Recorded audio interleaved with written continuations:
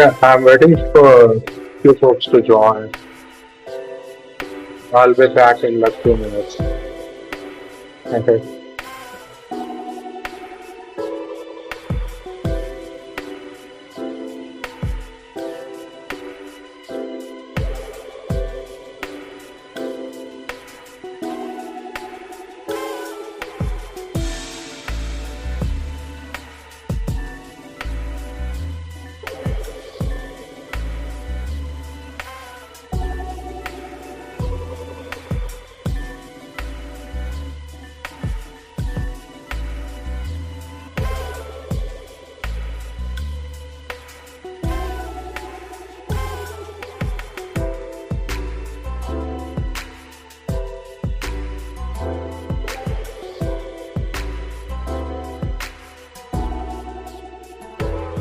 Hello, can you hear me?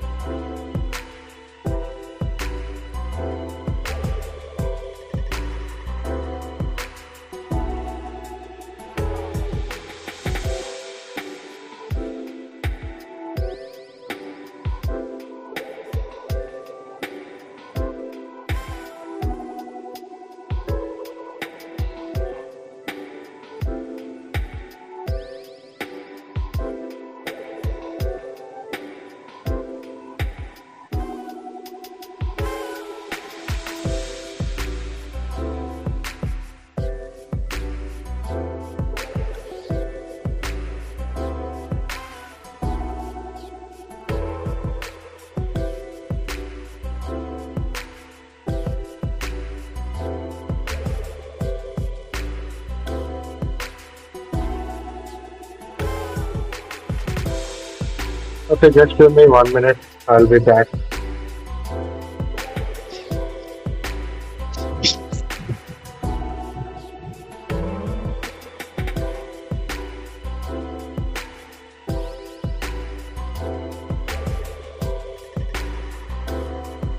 Okay.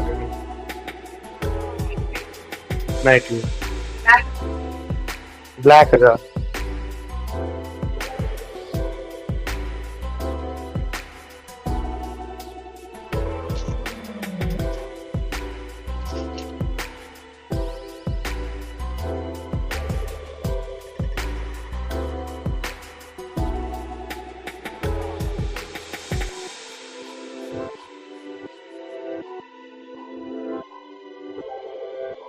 Yeah? Hmm?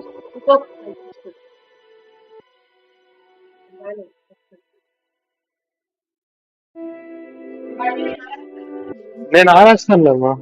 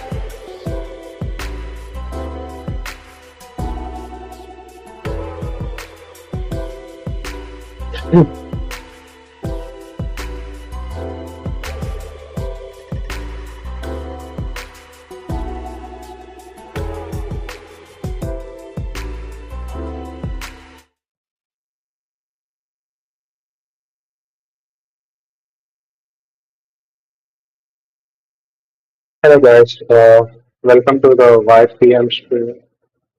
So here, I'm just testing out like my audio and also the video. Just hold on for a second.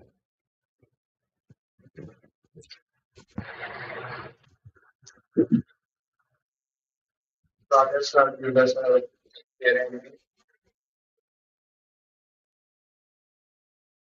Just give me one.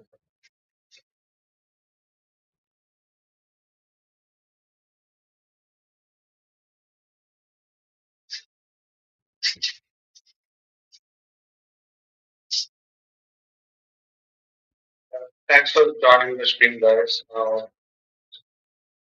see like a couple of folks are there here. So I guess I can start right now.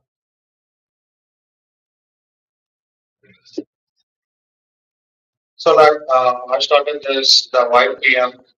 It's a complete unscripted build like uh, that will be like, building 90, MVPs in 90 minutes. So like, it's not like some kind of flex or something like I implement very basic workflow with Cloud Code.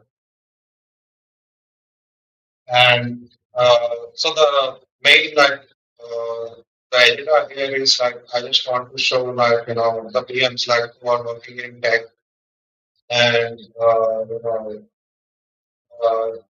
like they, like as PMs, like we should, uh, play around with these tools like to simplify our workflows.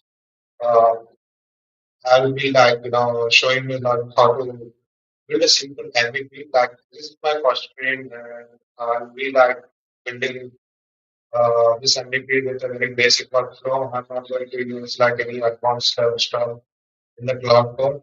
I'll show them later like in my next streams.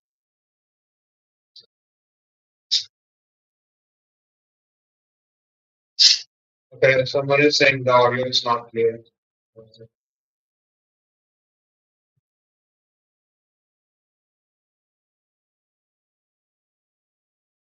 I tried with OBS like before, but like it's giving good quality for video and audio output, but like my Mac is like not supporting the running OBS and also the cloud code and all of things. So right now I'm using StreamYard. I don't know why it's not clear. Maybe are you guys listening? Hearing any echo from my side?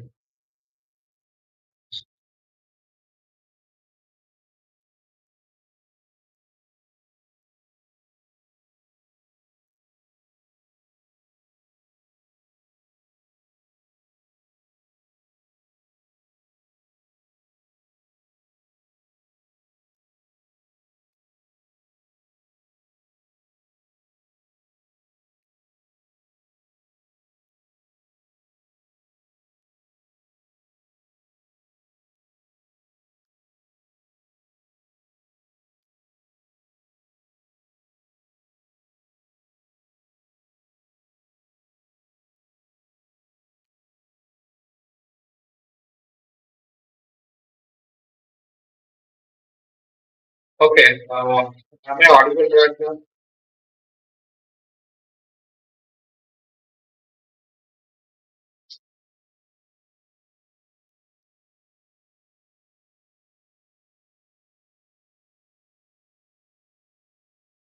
Okay, guys, like I'll anyway stop the screen. Like most of the things like you just need to stare at the screen and like see like how I'm like working around like with my own workflow. So like there are like I do some like weird kind of stuff like while uh, you know working working on my workflow. So just like so it's all experimental. Like even I'm learning this stuff, and I just want to show you like how it's possible like to build a simple MVPs. That can support like up to 1,000 users. I guess like it's a very good uh, build for like dog putting your ideas. or anything like as a PM, like if you want to test on your ideas, like you can just like do it like without depending on the other person designers. And I don't,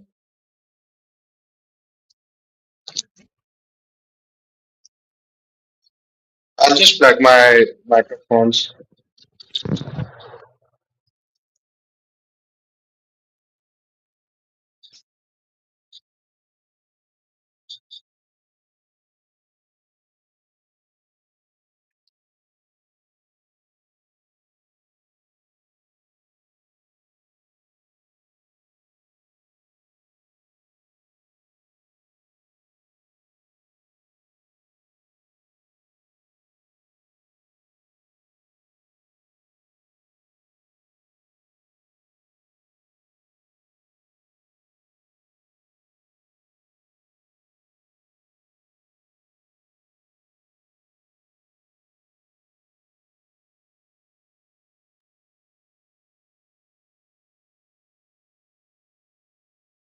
Okay, guys.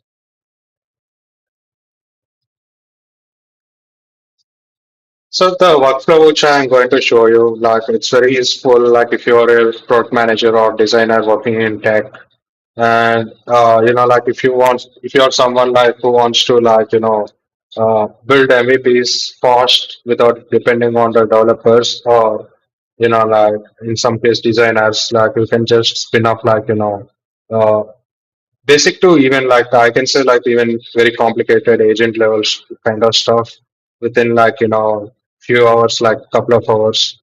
Uh, the tech is changing very rapidly, and we have to adopt to this workflows. So that's the main agenda of this stream. And this is the first episode where I'll be showing a very basic, simple workflow to build a product in shipping industry. So I choose shipping industry because uh, I read somewhere in the YC letter, like they were saying, if you want to build something or automate something with AI, just look out for problems that you can solve in boring businesses. So uh, so I look for shipping industry as I also have previous work on this industry.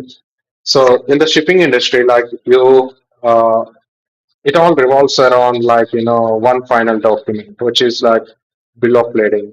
So I'm gonna take a piece of a small part of a workflow that I want to automate, which is currently happening, with a lot of people.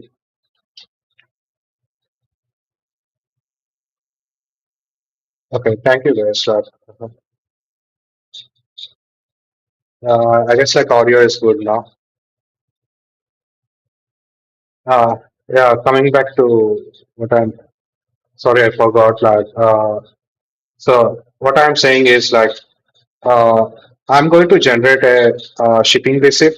So this receipt is like a ownership for shipping folks. Like if you are importing or exporting something, you will get this receipt where you will where that will prove ownership uh, of your like consignment or something. So this receipt is generated with a simple workflow. Currently, like a clerk or a document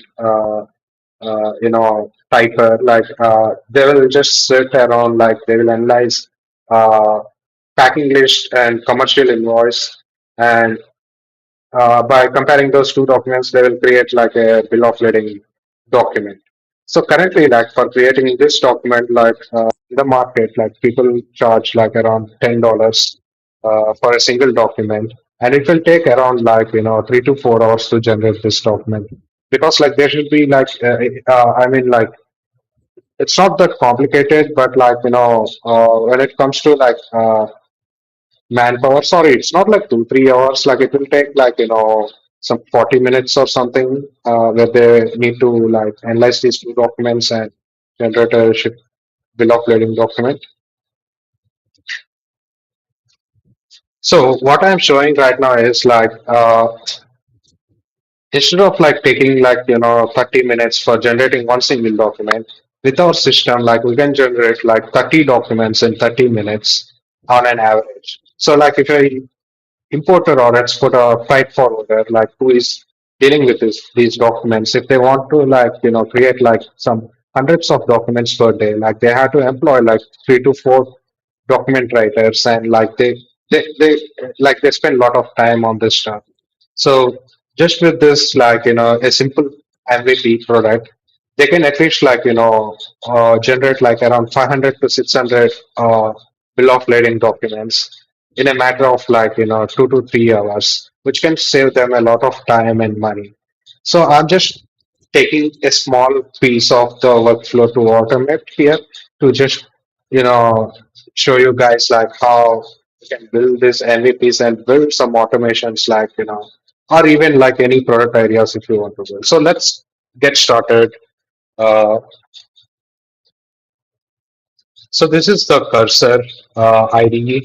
So IDEs are like if you're already in tech, like you must have heard of IDEs, like where developers used to like maintain their uh, code and like write code and all that stuff. Like so, it's basically like a integrated development environment. It's like a kind of hub, like where we'll be writing code and testing it and all that stuff.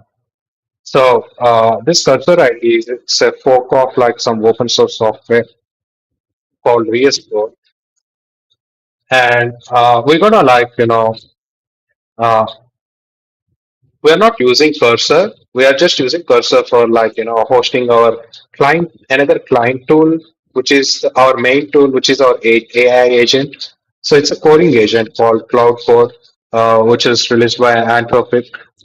So Cloud Code is a powerful agentic,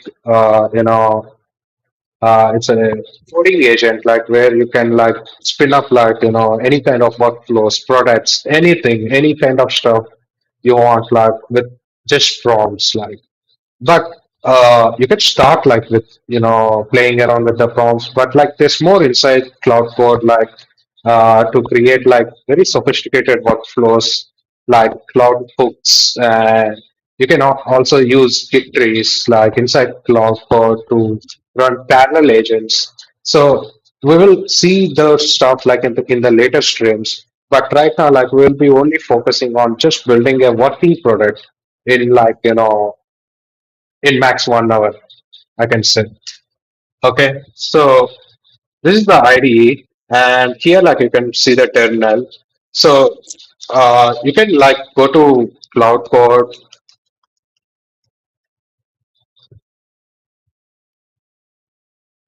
So this is the Cloud Code by Anthropic. So the only thing, so just go through the documentation and all that stuff. Like it's I mean like as someone who is working in tech, like you will get a basic understanding. Even if you're not, like just copy paste this thing and paste it in Chat GPT or Perplexity and just ask it to explain all this stuff. So for installing Cloud Code, like you just need to copy paste this simple command, uh, which is like npm install this node package you have to install it. So you just need to copy paste this command. I have already installed Cloud Code in my, like in my local. So like I'm just showing like just copy paste it, and it's like more like a straightforward process. Uh, it will prompt you like asking for some more details. That's it.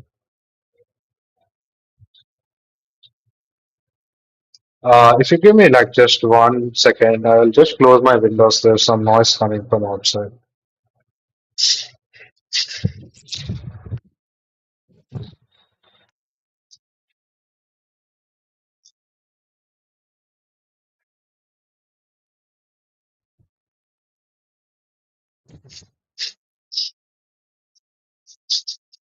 Okay, perfect. So what I'm going to do is like so initially, like how it all starts with an idea in your mind. As a PM, it's like we always like even like designers, like we always think about like, what problems we need to solve for the user and how we're going to solve those problems and for whom we are going to solve these problems. So it all boils down to like the user problem, like who is that user and why we are solving the problem. So in these three cases, like we there are problems like which we intuitively know, like or else like we assume that like there are some problems, and we go to the first step as a anyone like who got an idea is like they'll just simply go to Google Trends or like just Google like information about like that particular problem and understand about if it's the problem is real or not, or like if there's any like how much addressable market that problem can solve, and how you can be able to like prioritize like that problem with a by creating a product and making revenue for it. So these are the simple like uh, you know steps like as a PM on a high level how it looks as you are working as a PM. But when it comes to like more depth, like there are like a lot of things like in order to test this problem, in order to like see like if this solution for your problem is actually working or not, you need an MVP. Like, you just need to spin up a prototype to just test it out, like if the problem is real or not. Okay. So for that, like in traditional way, like you have to depend on developers and like uh, all these people like marketing folks like you need the only job you will be doing is writing a PRD document, which is like mostly useless, like I can say. uh, it doesn't matter like if you're starting like an early stage product, like PRD is the first thing like you are going to waste the time. You don't need to spend much on PRD, like just like write down a user problem and you know what pain points like you're going to solve, and most of the time like you have to research or like build that product to get the feedback fast and all that stuff. So like uh, here like the first step is like to create the project we need to like uh, set up a boilerplate. So boilerplate is nothing but like a complete project structure. uh, so here like we are using the Next.js framework for creating this project. So it's a popular framework used by like a lot of folks out there. Like I don't know like if it's like if it can be like scalable to million users, but it can definitely work for like first 1,000 users that you're gonna like showcase your product, or even like in some cases like I see like uh, this the MVPs which we can build like can be scalable up to like 10K users per week on average, like around like 3 to 400 users per day. You can you can still run it as like with this basic MVP. So like, because like a lot of these services in the back end are got abstracted. So on the front end and like for full stack, like we are using Next.js framework, and for the like database, like we'll be using Sybase, which has like a good like agentic support. And for like deployment, we'll be going using serverless for deploying our code and all that stuff. So let's get started. We have installed the cloud, and now like we had to set up the project directory. So what I'm going to do is like I'll be like going to my desktop workspace. Like so because I want to create a folder on my desktop. So like I'm just going to the desktop. It's a simple like command CD desktop on your terminal. You'll just simply go to desktop, and here like what I'm going to do is like uh, we are going to like install Nest.js. So uh, I also want like front end components like I want to use ShatCN for that. So ShatCN has like a combined package here, like uh, where you can just install like full boilerplate with all the stylings and all that stuff at one go. So just copy this simple command.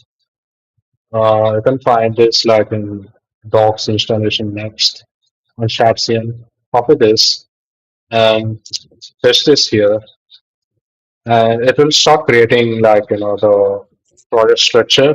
So we want to create a new project which is Next.js. I'm gonna name this project called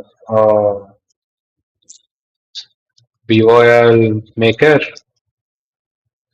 some that stuff.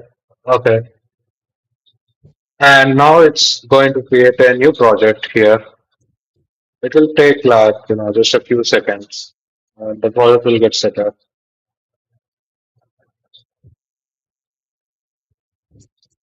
And if you have any doubts like or anything, just like go to ChatGPT or Cloud and just ask all these questions there. Like like it's very simple. Like to get started, like if you're seeing all these interfaces, like at first at starting, like you feel like these are uh, it looks like intimidating, but like once you get used to it, like these are like just simple like interfaces. Like if you are using already using like as a designer, if you're using like Figma, like these are like nothing. I mean, like you can get too used to all this stuff. So,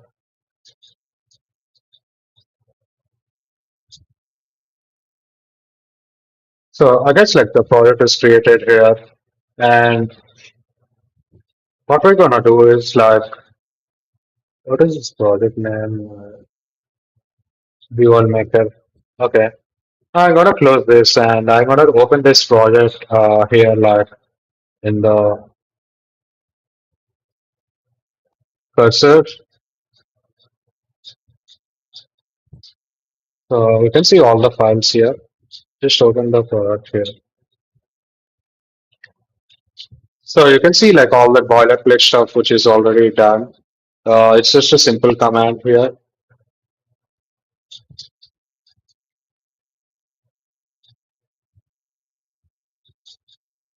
So here like you can see like there's a folder called app. Like this is where like we'll be like going to create all the pages and routes and all that stuff, API routes. And this is the lib like where we'll be creating some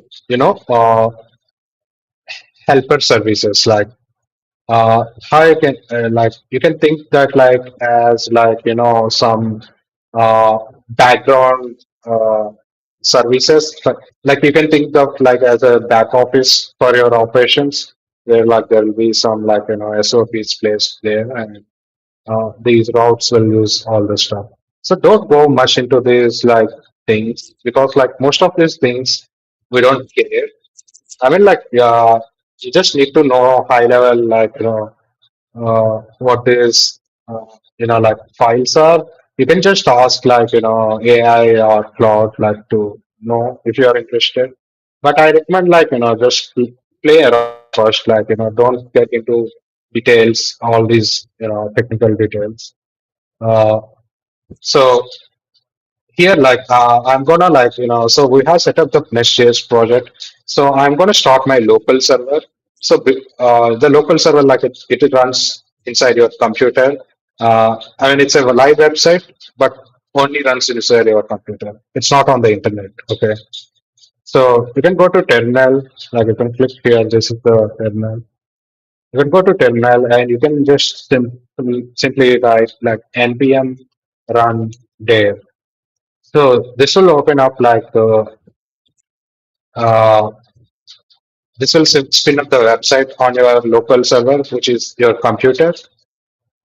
So localhost. So we can see like how this website is looking currently. This is like just boilerplate we imported directly from like ShopCN and SJS. So let's see like how it looks right now. So this is the website we have right now. So it's just like an SJS like boilerplate with all their like link to documentation. So this is the website. So it's an inside your computer. It's not on the internet. So whatever we are going to build here, it's we'll be building on top of this. Like we'll be removing all that Nest.js and all that components, and we'll be replacing with our own components with our own functionality. So this is you can think this like a canvas right now uh, with the default templates. We're gonna just remove all that stuff and start out. So here since like we started uh, our server, now we can start uh, building the project. But before that, when you are working with LLMs, like always set up the GitHub repo.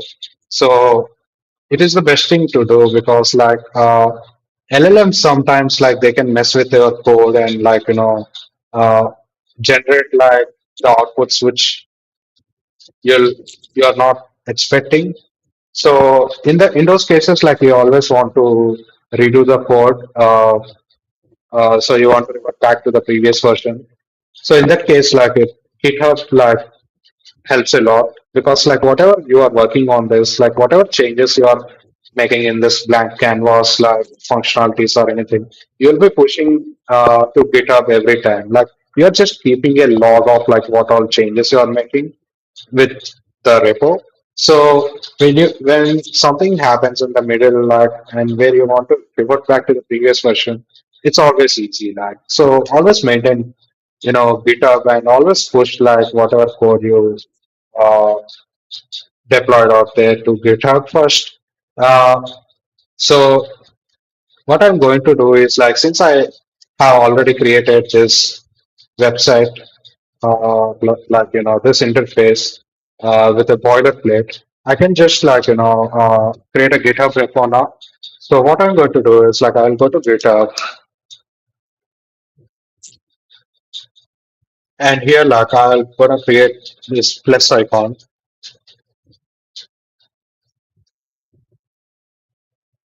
So I'm gonna create a new repo here. So this is I can name it as Dual Maker. So I'm gonna keep it this is private or it's fuck it like it's public like. Sorry guys. And just create new repo here. So it is asking you like to push. So you can do these actions here. You can either create a new repository or like you can just push the existing repository here. So what I'm going to do is like since like we already have a repo here in our system, I'm going to push this repo to GitHub. So for that, like we're gonna use this link to set up connection with GitHub to our local environment. Okay, so I honestly I don't care about how you're gonna execute commands here. There are different approaches that you can do. So I have like a scratch pad like where like I took like I have like these commands where like I'll be using in an order so that I can connect this my local environment to GitHub and push all the updates there. So the first thing is like this initialization part. So just type git init. So we have initialized GitHub. And the next thing is like we want to add all these files to staging. Staging means like we're making sure like it will be it will be ready for like to push. So what I'm going to do is git add dot. So it will add all the files. Okay. And the next command I'm going to use, like, if you guys are doing this, like, just to take a screenshot or, like, just ask Cloud, like, how to push to GitHub. It will tell you. So always try to learn, like, with AI. It's very easy and, straightforward. And most importantly, you don't need to remember all these commands. Like, it's just a waste of time. Like, our main objective is like to spin up a Git product, MVP. That's it. And the next command is git commit.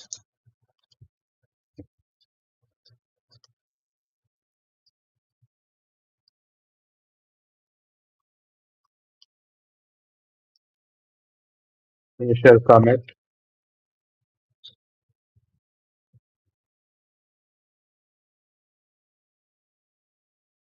So we have committed all these things. Now, need to what we are going to add, what we need to add is, like, we need to set up the remote connection from the local to our GitHub. So how we are going to do is, like, we're gonna add, like, git remote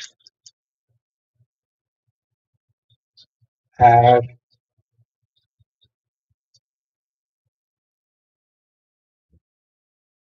origin and just copy paste this link here. Okay.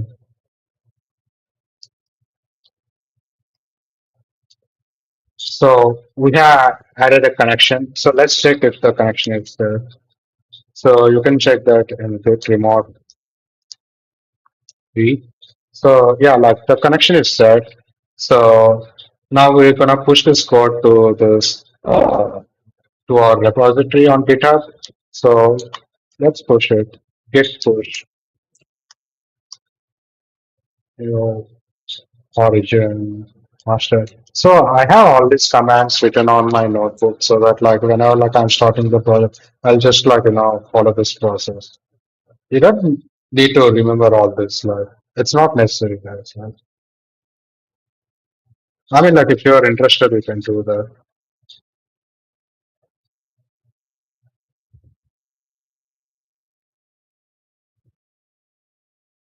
Okay, cool. Like, we pushed our existing website to GitHub. So let's check that all the changes are pushed. So you can see, like, you can see my initial commit just now, and you can see the full repo on GitHub. So from now on, like, we just need to tell, like, Cloud, like, just push to GitHub, like, it will do all this stuff for you. You don't need to do all these things again. This is just one time, like, setting up the project. Okay, now everything is set, guys. Now we are going to enter into a very fun part, like, where we're gonna build this stuff. So here, like, so before that, like, I just want to show you, like, what we are going to build here, like, on a high level, because, like, it's always, like, useful to make a diagram or representation of what you're building. So it also helps for the, like, it will be a good reference. Like, so here, like, we are going to, like, so here is our user, like, who wants to create POL. And in traditional way, what he does is, like, he will, like, use, like,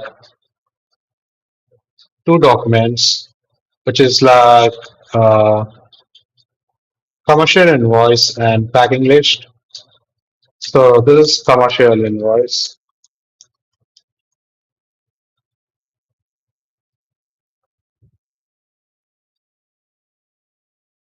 and this is the packing list.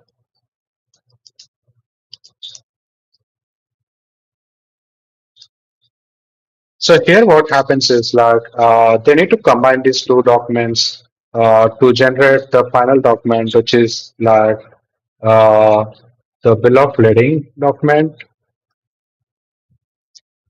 BOL. So for this, like, they need to go to, like, uh, a guy, like some clerk who will be like, you know, sitting in front of laptop and does this stuff, which takes like, approximately like, I think like for one BL, like they take at least like, 30 to 40 minutes. It depends on like how much is the packing list and all that. Like it depends on the information uh, that's there.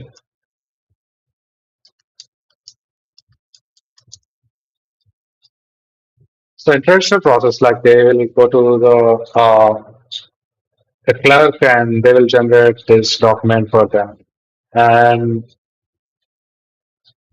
so here, like what we're seeing is like, instead of like, going through the human loop where like they'll be comparing those two documents and generating it manually, what we're doing is like we are automating this flow with uh, two types of technology. One is like uh, OCR, and another is like, using LLMs.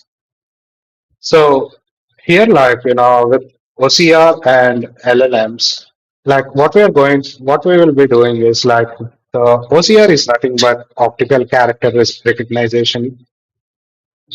So what it does is like it will see the PDF or any documents. It will extract all the text or images or whatever content that's there inside the document.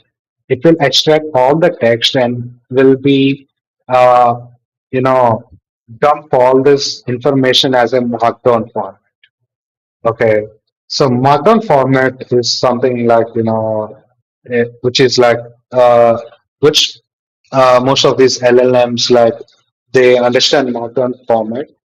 Uh, you can search for markdown, like what is that and all that stuff. But so this is what like we are going to do. We're going to like implement this OCR text to extract all the text components inside these documents, and we will be like processing this text to LLM that gonna like so I'll just give a simple representation here. Like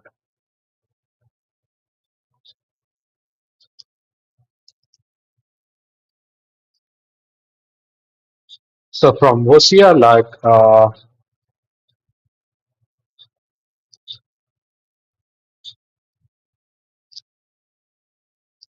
LLM.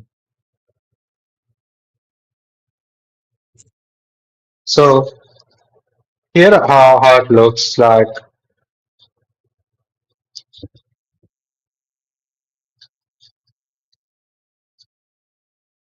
So from these two documents, like our OCR system will read these documents, and then like it will extract all the information, and it will pass that information in Markdown format to LLM. And in LLM, like what we are going to do is like we're gonna add a system prompt. So system prompt is nothing but like it's like a like uh, giving a character to the LLM, like telling the LLM how to behave. Okay, it's like you are giving a specific instruction that like you should act as this kind of person who understands like documenting bill of lading, and you take this information that is coming from OCR and you create a beautiful table where that table represents bill of lading document. So this is the system prompt. You will be providing with the instruction with a few short prompts. So few short prompts is nothing but like giving an example for that instruction. So in this case, like the example will be like giving an example format like how the bill of lading document looks like to the system prompt, and the LLM will then take this information and generate that stuff intelligently. Like it's a that's where like these LLMs comes to play here, like automating stuff. We don't not need to give like specific instructions. I mean, like every like we don't need to give like mapping system like you have to put this information here in this field in this column and all that stuff. That's what RPA people do, robotic process automation guys. That is not what we are doing. That's where like AI Excel, it will automatically take decision where to put each field and it will do the stuff for us. So that's the beauty here. So we're gonna do this, build this product right now. So coming back to our terminal, we have set up the GitHub and we have the project here and we can see the project here. Now let's start the fun part. Let's spin up the cloud code.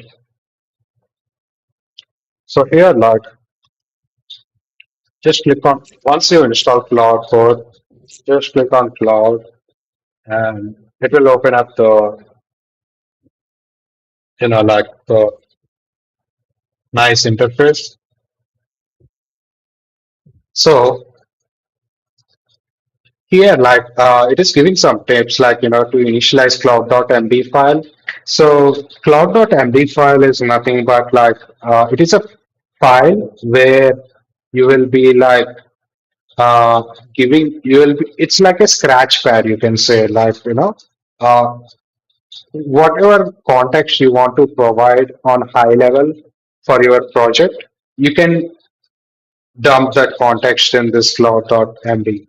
So context in the sense like, not the context for the features or anything, the context regarding like, the overall architecture of your project and the commands that you are using for the project, all the technical kind of stuff. You don't need to like write anything on this file. I will show you like how we're gonna update this file like for each iteration that we are making here. And I also show you like, how we're gonna create context files which are specific to like the features we are building. So let's start here. So I'm gonna initiate like a simple command init. And so what it does is like it will analyze our entire code base. It will see like what stack we are using and like what packages we are using and all that stuff, and it will condense that information and uh, it will write it down in the cloud.md. So you can see the process here. Like, so the good thing is like it's always good. Like since we are non-technical people, it's always good like to pay attention to what this model is doing with your prompt, like with your instruction. Just follow, like, you don't need to read all the code. Just read these lines, just read the lines and just understand like the pattern. So here, like it is checking existing cloud.md file. It is checking for any rules or anything that we already have. It's just checking the current structure, like what files we have, what's inside those files, and what information is important, and what type of information I can put in this. It started writing cloud.md file. It wrote like 55 lines. So here, like it created cloud.md. We can see the cloud.md. So guys, like this is terminal that where we are prompting with cloud code. And this is the IDE, like, where you can see the files and all that stuff. So whatever you're prompting, like the agent will start like writing code, creating files and all that stuff. And all those things, like you can see it here. Like you want to verify like any individual file, like let's say it's just created cloud.md, we can see it here. And if you click on it, like you can, you know, see all the stuff. So it wrote all the context, initial context here. So what technologies we are using, the development commands, and all stuff like project structure, like how the project is structured. Like we didn't even we don't need to write any single line of code here. It's just like it. You need to just prompt it and it will do all the stuff. It's all prompting, guys. Like I mean, you can like be lazy as well, like but like try to like prompt as much details as possible. That's why like I use uh, voice dictation. So you can use this software called Whisper. So Whisper is like a AI-based voice dictation app. You might have heard about this app. So what's the difference between other dictation and this app is, like when you started dictating words, like there will be like a lot of fillers. Like see, like English is not my first language, and I always like think in my mind before talking or like talking loud. So I always have these fillers on my, dictation, and like sometimes like I the phrasing is bad and all that stuff. What it does is like when you dictate it, it will process and it will give it will create a clean structure, like that will like uh, where that you can use it as a prompt. So I can show you like all the stuff. So here, coming back to here, so it created cloud.md. Okay, that's good. And let's maximize it. So here, like the other stuff we want to know before going forward is we have like this command called shift tab, this action called shift tab, like on your keyboard, like just push shift and tab. So it will, like if you click on tab multiple times, it will, you can see like different modes here. So you can see plan mode, and you can see like, if you want to see any shortcuts, if you want to like, go to this auto asset mode where like it will start writing code and all that stuff. So we need to focus on these two modes like plan mode and auto edit mode. So what happens is like whenever you are, so we have like we know what we want to solve here, so we want to like automate this stuff, like we want to create a BOR by taking these two invoice complex shipping documents. Okay, so now we know what we want to do. So now we want to create a plan to implement that as a product, as an interface. That's where like the PRD comes here. So while you are planning for the project, always, be in the plan mode. It's just simple shift tab.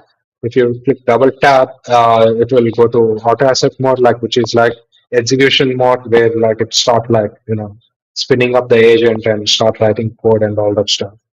And currently like we are in plan mode. And the other thing is like you can also like click on model to choose the model. So we have like two models here. One is Opus, one is Sonnet. So Sonnet is like a everyday guy, like you can say this like a junior level developer, or I can say like based on my experience, these models have capabilities till mid level of development. I can I can honestly say that because like I worked with a lot of developers in my past like 8 to 10 years, and these models are very good. They can like they can be as good as like a mid-level developer that you can see in your organization. I can vouch for that. Like you can feel that like if you use these models, you can see like how powerful they are. And this is just getting started. Imagine like what these models gonna be like in next like 6 to 8 months or like in 1 year. It's well, we're really living in a very exciting time, and you can do any shit you want right now.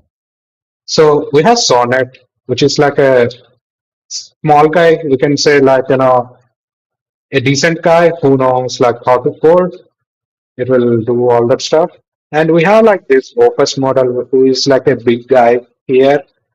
He's like, you know, this model is like it is trained on solving complex problems, complex issues on your code base. So if you want to like use this model, like you can use like this model for planning or debugging any issues you have. And you can use like Sonnet for like, basic stuff like implementing your code and all that stuff.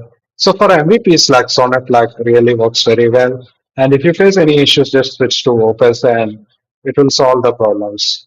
So I'll be on Opus now because like I'm gonna be in the plan mode because we need to plan uh, our project. We have to start writing to make PRD. It's not like PRD, like don't call it PRD, like it's just a plan document.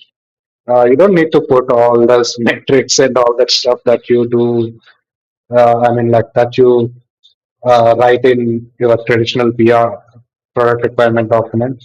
As a PMs, like we do like detailed documentation before building any product. But here, like the workflow is different.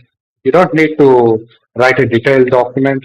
You just need to know like what user problem you are solving for and whom you are solving and how you're gonna solve it. That's it. Like it's just like two, 3 points, one paragraph of prompt that you just need to give it to uh, Opus and it will start churning out the plan. So and the other thing I want to explain is like MCPs, like using MCPs in the workflow. So since like we are going to like we are not going deep into the MCPs right now. We are just going to use like one basic MCP, which is Perplexity Ask. So I want to use this MCP because like it helps me like uh, uh, get the LLM updated with the new knowledge on the fly. Like let's say like we're gonna see that like in action. Like I'll show it to you like how I use Perplexity MCP like this in my workflow. So this is a basic workflow. So like let's start doing this stuff. I'm gonna add the MCP here. So I'm gonna see like what MCPs I have I connected to Cloud Core. Right now I don't have any MCPs. So I'm gonna import like I have some MCPs set up in Cloud Desktop. So I'm gonna just import them. Uh, So I don't know like how to import those MCPs, but I'll just show you a simple trick like how you can do that. Uh, it's the age of AI, I guess. Like you can find answer for anything you want. So what I'm going to do is like I'll go to developer documentation and what I'm gonna do is like I'll just ask their AI like uh, how can I import my MCPs to my cloud code. So it will just give you some commands or something like where you can import those MCPs directly here.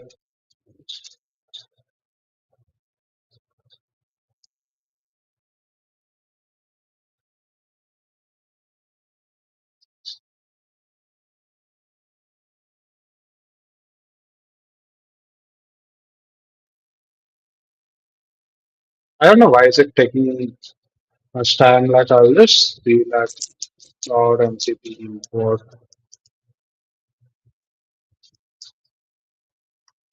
Is it right command?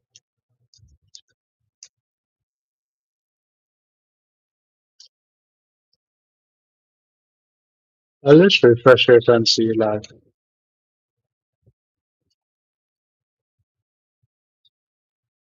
I mean, if you have any doubts, like just ask it here. Like, uh, I'm gonna dictate it. Like I can't type it every time.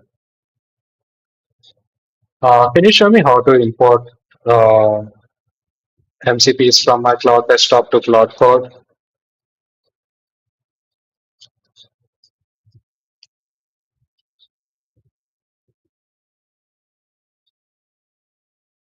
Okay. So it's showing like it just use this basic syntax. So I'm gonna copy this one and don't add syntax directly in the client terminal. Like it's just you can't like ask the agent to all this stuff. Just copy like open a new terminal and run it locally here. And see, like I have these MCPs that's already connected to cloud desktops. You can check out like how to connect MCPs to cloud desktops. It's a very straightforward process. Like there's a lot of material out there. Just ask AI. And I'm gonna choose this perplexity, which I want to use in my workflow. But anyways, like it's imported all the LTP servers. Okay, never mind. So let's go back to our agent, and we need right now we need to restart like to see these MCP servers here. So let's see like if it's added. So it's not added because like uh, we need to restart it. So let's kill the terminal. Let's open the new terminal and let's launch cloud. So it's always a good practice, like to uh, to do all this stuff, like when you created the repo.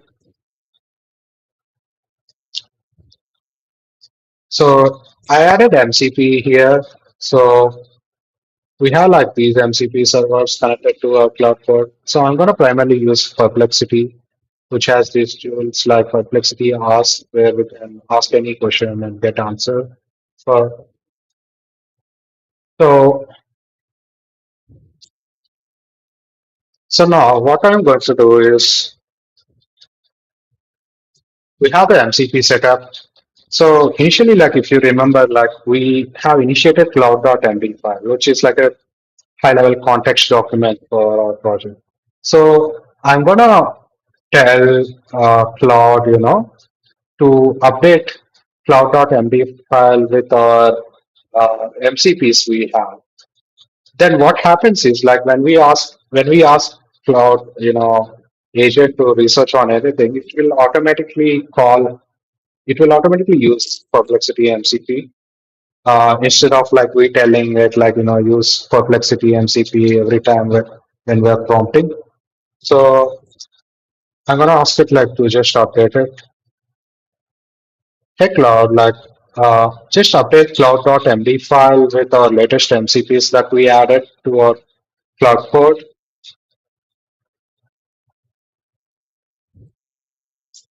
So just click enter.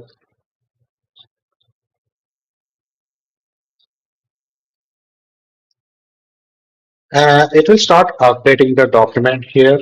And you can also use like the hash command, like whenever like you want to add any instruction to the cloud MD that should be remembered. So it will basically add to the memory that means like it will add to cloud.md file. And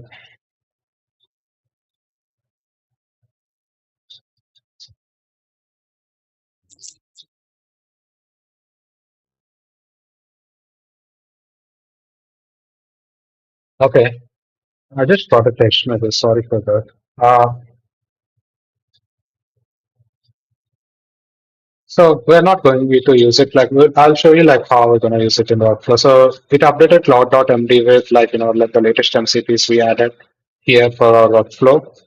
So now everything is set, guys. Now let's shift this to planning mode and let's make sure like all this all the settings are done. So we are on Opus, we are on plan mode. Now let's start the project.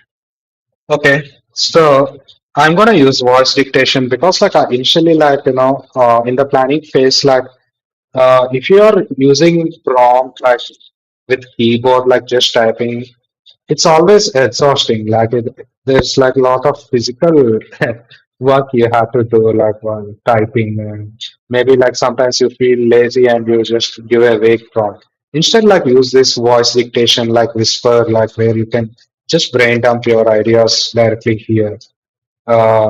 like, so I'm going to make a PRT here.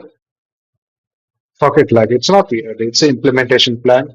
I'm going to make an implementation plan based on the user problem I know and what I'm going to solve, which we have already discussed here, very detailed in this diagram. Like we're gonna build an automated system for creating DOL document using OCR and LLM tech.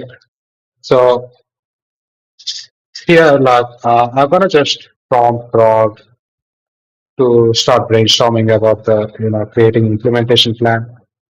So let's start. Hey Cloud, I want to build a bill of lading generator where user will input two types of documents. One is packing list, one is commercial invoice. So what we had to do here is like we had to use Mistral AI OCR for extracting all the text from these documents, and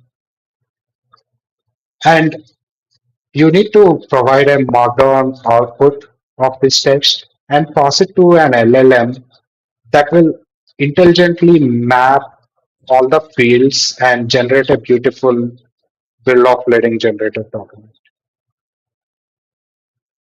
So I dictated the stuff, and so there are few things here, like few typos. You have to articulate it very clearly for doing stuff. So I will just so hey Cloud, I want to.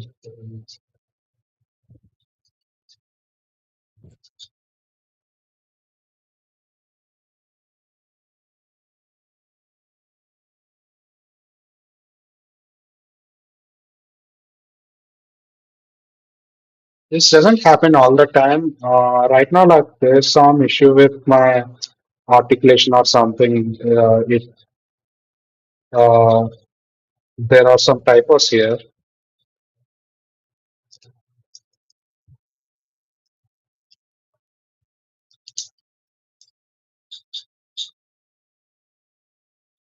and instead of Mistral, like it is using Mister AI. Uh, Mistral AI was here for extracting all the text from these documents and provide a model on top of this text. Then pass it to an LLM that will intelligently map all these fields. Yeah, cool. I guess like this is the uh, our micro PRD. This is enough like used to get started with an MVP. So like the thing with these LLMs are like they they have like very less attention span. So you can't dump everything on them and expect it like to spin out the products. It doesn't work like that. Even like if you have a complex plan or complex product, there's always like something simple where you can start, a simple feature, a simple core feature that you can start with. So that's where like the product thinking comes into the scene, where like you're gonna do ruthless scoping and prioritization, where you're gonna condense that complex concept to a very simple plan, uh, where you can start working building the MVP. So so that's how we should do the stuff. So that's how we are doing it here. I just explained the simple flow to the LLM, and right now I'm going to uh, brainstorm it, like for creating an implementation plan. Let's do that.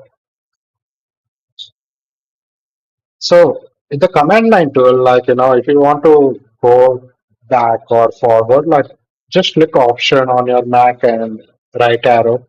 So in that way, like you can move very fast.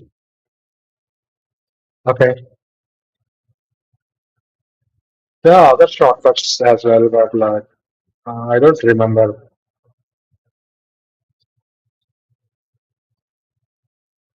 So build of reading. Bill of lading. It should be bill of lading. Don't mind typos, but it's always good to provide a precise information for the learner.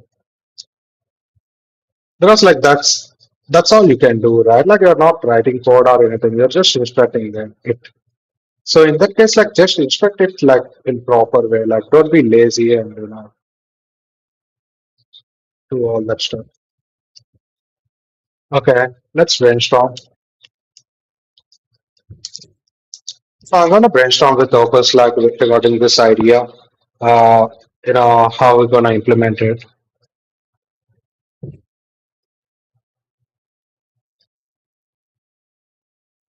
So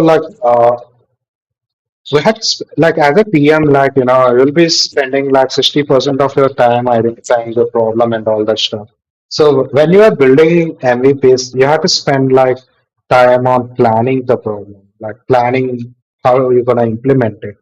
So it's always good to spend like time on it and build on like ideas with these systems so that like you get a clean like working MVP product.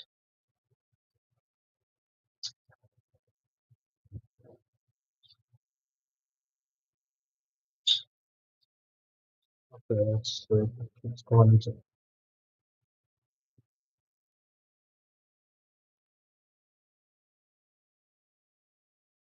So since like I know what stack I want to use, so like we need like OCR and we need an LLM to process this OCR and document create the document.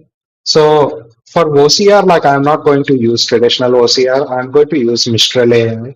So right now, what it's doing is like it's going to web and searching like about Mistral AI, uh, docs and all that.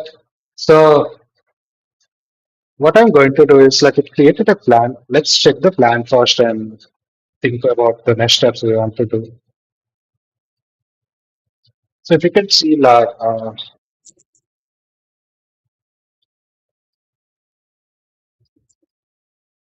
I think you can see the screen properly now.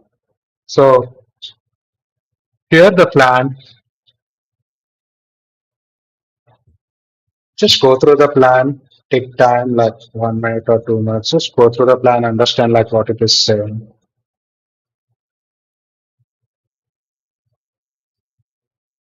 So it is also front end, okay, these are pretty common.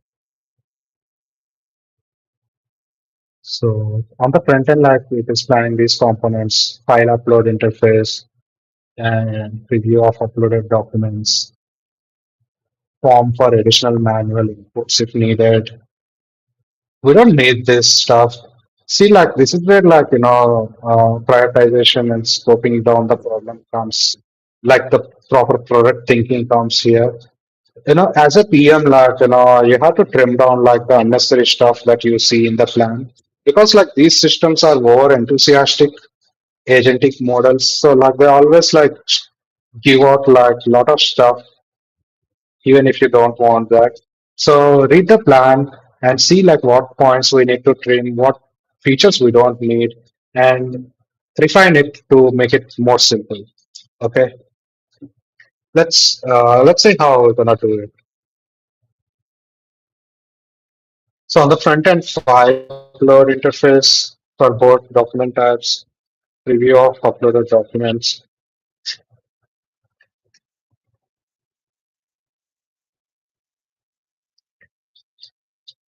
form for uh, okay.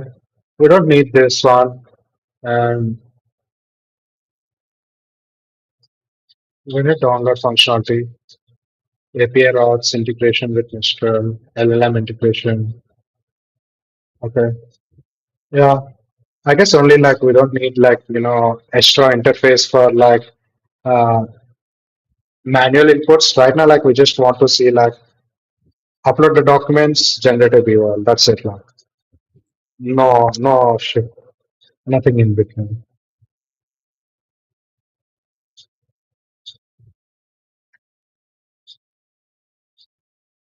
So it It is like giving a plan to install required dependencies in phase one. Okay. Okay.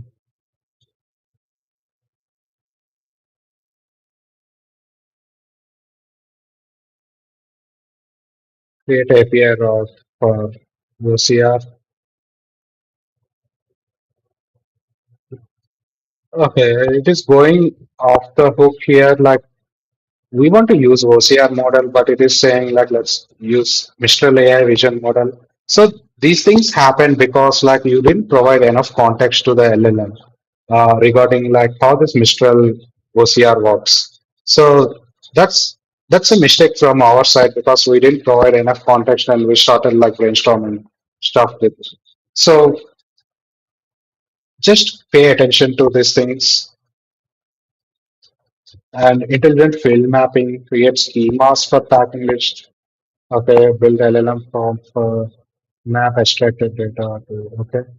I don't know what kind of schemas it's gonna create here. Like, is it like schemas for system prompt or like schemas for like backend? I'm not sure. Let's check other things.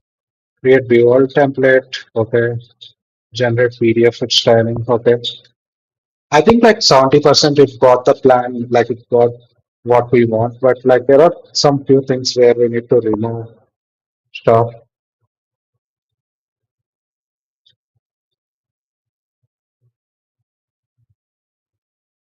So this is the data flow. User uploads documents, files sent to Mr. OCR, Markdown extracted, LLM process, and maps fields. BOL generated, user reviews and edits. We don't need this step because we just want a simple flow right now. So I'm not going to prioritize that feature right now. I'm gonna push it for another iteration. The final PDF creator. Okay, so let's tell the LLM. Uh, so here, like, we don't need a form for additional manual inputs for the user. We just need a simple flow where, like, user will upload two documents and they will get a BOL. And in between, like, we also need a status indicators uh, to let the user see the status, like uh, the steps, like their document, how the document is processed.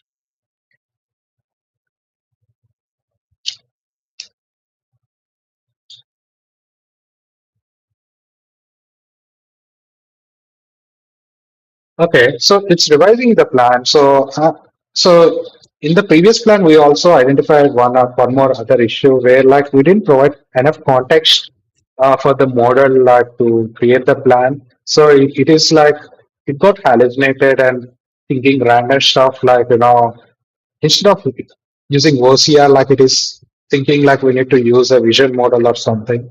So what I'm going to do is like uh, there's this website called Context 7. So Context 7 has like, all the popular GitHub repos, open source, and all the documentation that's there on the internet. Like uh, most of the documentation, not all the documentation, most of the documentation they made the documentation LLM readable. I mean, like uh, they created LLM.txt file, which is a kind of format that LLMs loves to read and understands better. So if you just like provide a normal document, LLMs can read it, but like it takes a lot of tokens and lot of computation to understand like things from that test. But LLMs are surprisingly good at reading like Markdown files and .txt and XML type formats because they were trained on a lot of internet data, which is in this format. So naturally like they understand this format better. So like context 7 has like different you can search like so we need Mistral AI documentation. So we can search for Mistral AI. So we can see like Mistral AI documentation here, like source. So it has like total 160K tokens and it's updated 1 month ago. Okay, I don't want this 1 month about document. I want this 1 week ago. Like it's just updated 1 week ago. So what we're gonna do is like uh, we're gonna copy this whole thing. So in raw format, you will see the documentation like this. So this is LLM readable format. So see, you can see the llms.txt file. So here, like you can copy the documentation and you can go to our IDE and create a new file. Create a separate file. Don't create it in a folder. Yeah. So Mistral.md. I will name this document as Mistral.md, where it has like all the context related to the Mistral documentation. So, so I'm gonna paste this here, and of course, like we don't need the LLM to go to read all this whole document, which is like 1500 lines. We don't need that. So what we can do is like, search for like you can search like, the topic like inside this document.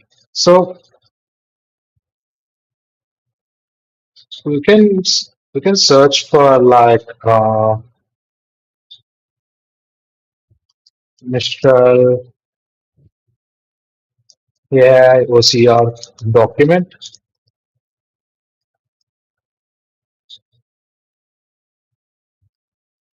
So we have all this Python and all this SDKs here.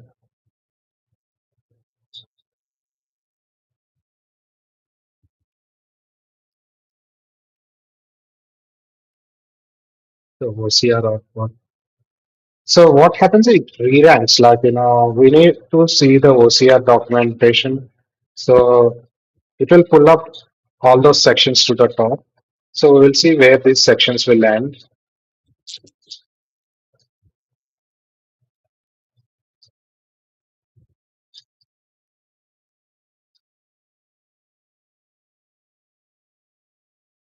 Okay.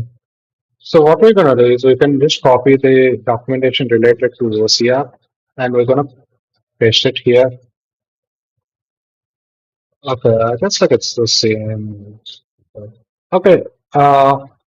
We don't want to waste much time here. Uh, just copy paste it and click save. Command S. Just it,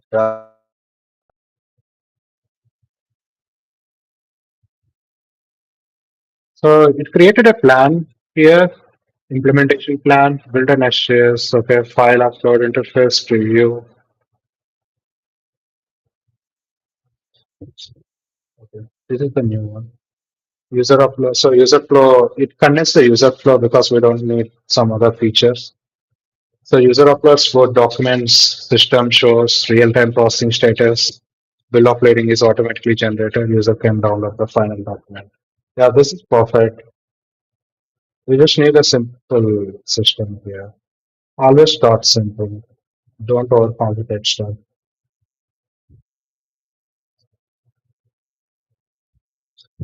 Okay, so it is using Pixel, some other vision model here. So, okay, I'm gonna say like,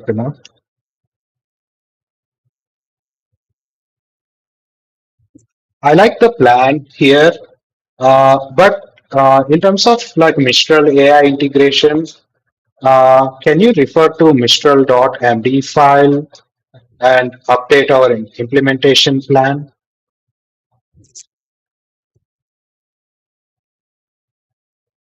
Okay, I'm asking you to check the Mistral.md file, which we just like added here. So in later streams, like I'll also be like telling you like how you can work with uh, context like these documents. Like for some documents, like you have context of like 10,000 lines, maybe like 20,000 lines. So in that case, like you need to properly structure it using like internal scripts. So that is more advanced flow, like we can do it later, but right now for MVPs, like this is enough.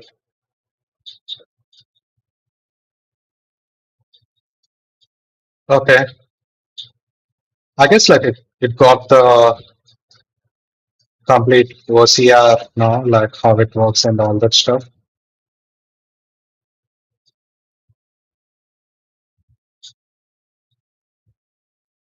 That's cool. I guess like the plan is decent right now.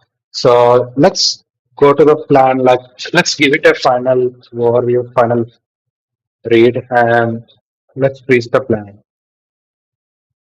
So user uploads document. System shows real-time processing status. Bill of lading is generated. User can download the final document. Okay. The user flow is perfect, and it's going to install the dependencies. Okay. In the dependencies, like we have Mistral, and we provided context for Mistral, so that's fine. And React dropdown. These are all UI components. And I had a doubt with the PDF generation. It is using some React PDF renderer something. I don't know. I don't know much about like what libraries are out there. So the the output document is very important. So it should look professional, clean, and the information should be well placed without like the overflowing of text or any type of shit. It should be like a perfect document. So we need to do a little research. So in our plan, like we need to just do a little research on PDF generation. We need to see like what are the best libraries are out there, like which can work in our Nest.js to generate beautiful PDFs and all that stuff. Okay. So remaining all the stuff is good. So I'm going to again ask the Claude to refine this document further by researching PDF. So let's see. So I like the plan now. It's very simple.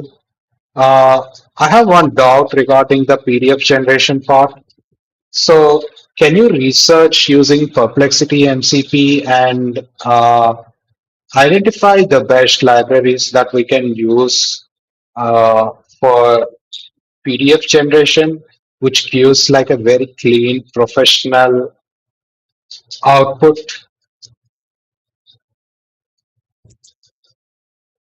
So let's see like what it will do here.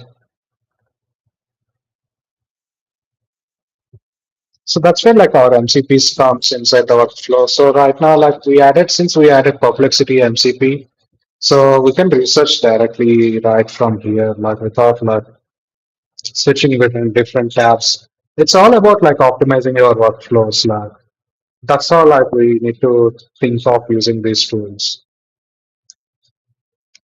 So yeah, like it framed the prompt itself, like what are the best PDF generation libraries in 2024? No. I'm gonna add a follow-up prompt like it's not 2024, it's 2025. Search for the libraries for 2025, please.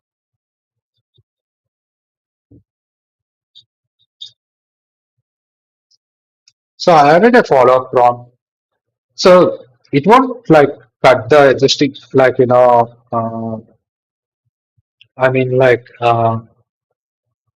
what do you call, like, it won't terminate the existing process, but like it will add a prompt like that follows to this next prompt. Like it's like adding a, uh, you know, adding a song to queue in your Spotify playlist, that kind of stuff. Okay, let's check out like what research it did, and based on the research it updated. So he's still using the same one, I guess.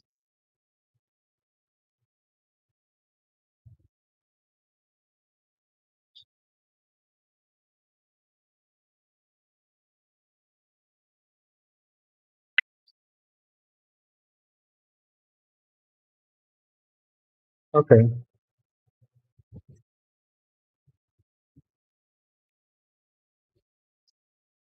Can you research about like the PDF generation libraries that we can use that can render well formatted, clean, and beautiful PDF for our bill of lading output? Yeah. Use Perplexity for doing this research and list down like all the libraries and recommend from.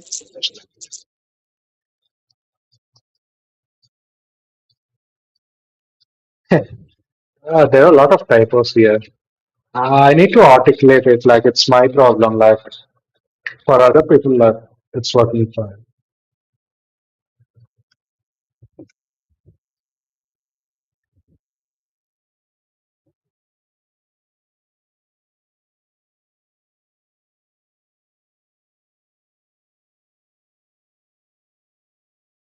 So it is right now researching about like some libraries for PDF generation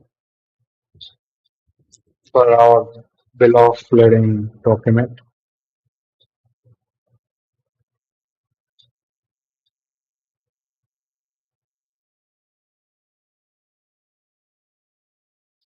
So we can see it here comparing React PDF, PDF Kit, PDF Make.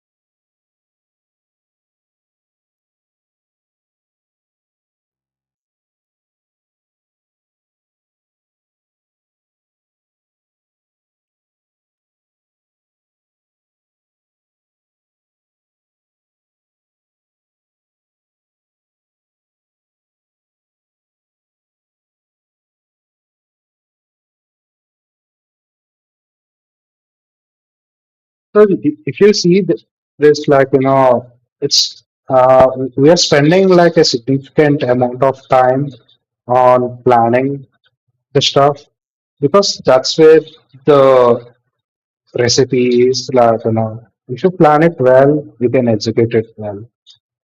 Because like LLMs are not like humans. They follow instructions very. I mean, like they follow like the instructions when they are very precise and clear. So let's see like what it is using. So it is recommending PDF Make. Okay. I still want to drill down like,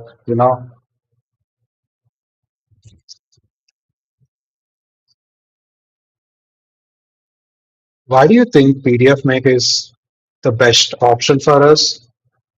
Can you do deep research on the latest libraries out there in 2025?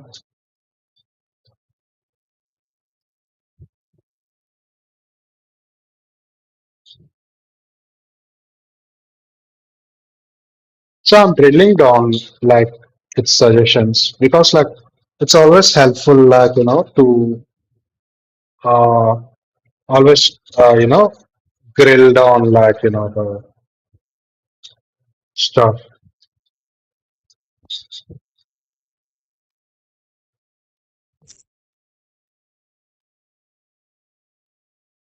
It's a lot of humid here, guys. Like literally sweating here.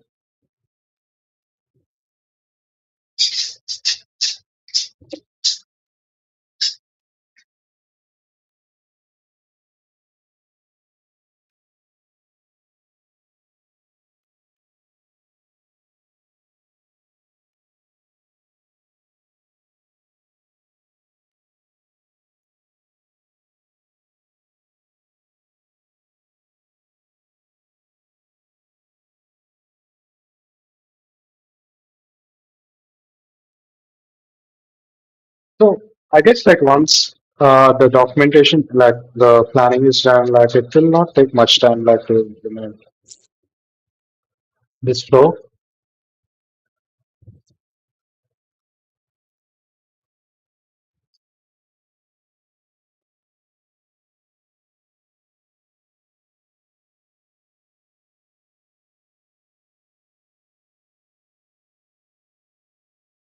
Instead of like what is it is doing, instead of like giving me some alternatives, it is justifying like why it is, you know, it is justifying its suggestion.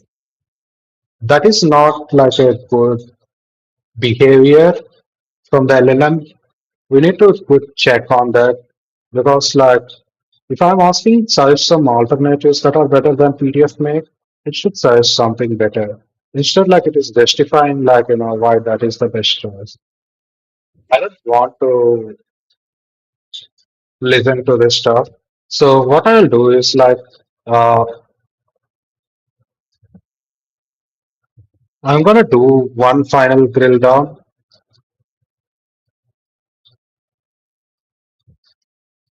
I'm not. I'm gonna like little. I'm gonna gaslight it because like this is not an acceptable behavior.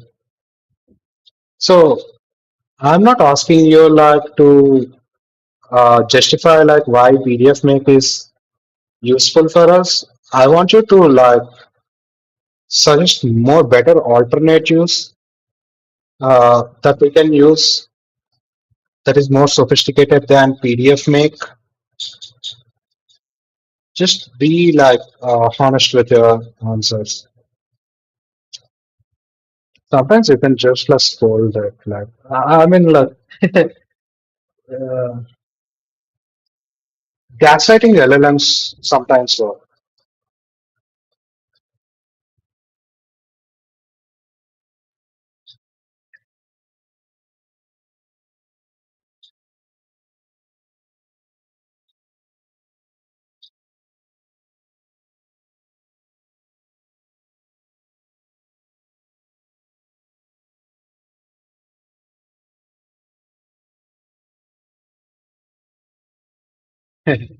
So see the reality, guys. Like it is justifying PDF Make. Now, like when I gaslighted, not gaslighted. Like when I was little when I gave a little harsh prompt, like it is saying, yeah, like the truth is PDF Make is from 2014, while it works is so it is suggesting me a library from 2014 to use it.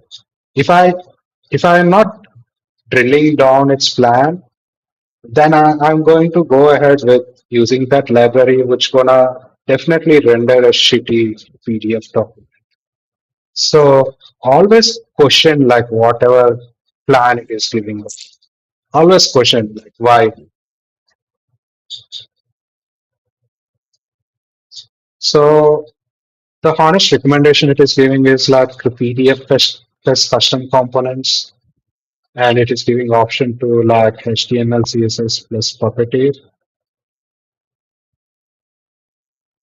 I heard this Puppeteer, so like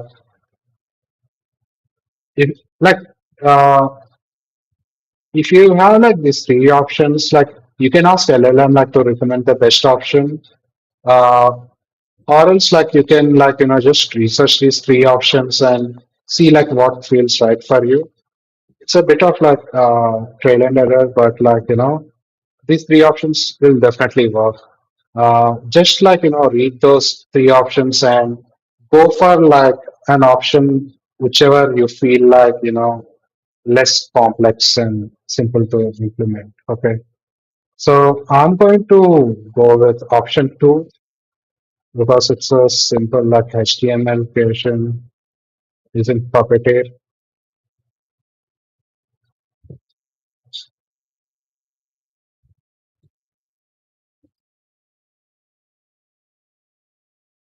Okay, Cloud, like I like your recommendations, and I want to go with option two, HTML, CSS plus Puppeteer for my PDF generation. Can you update the plan with option two, please?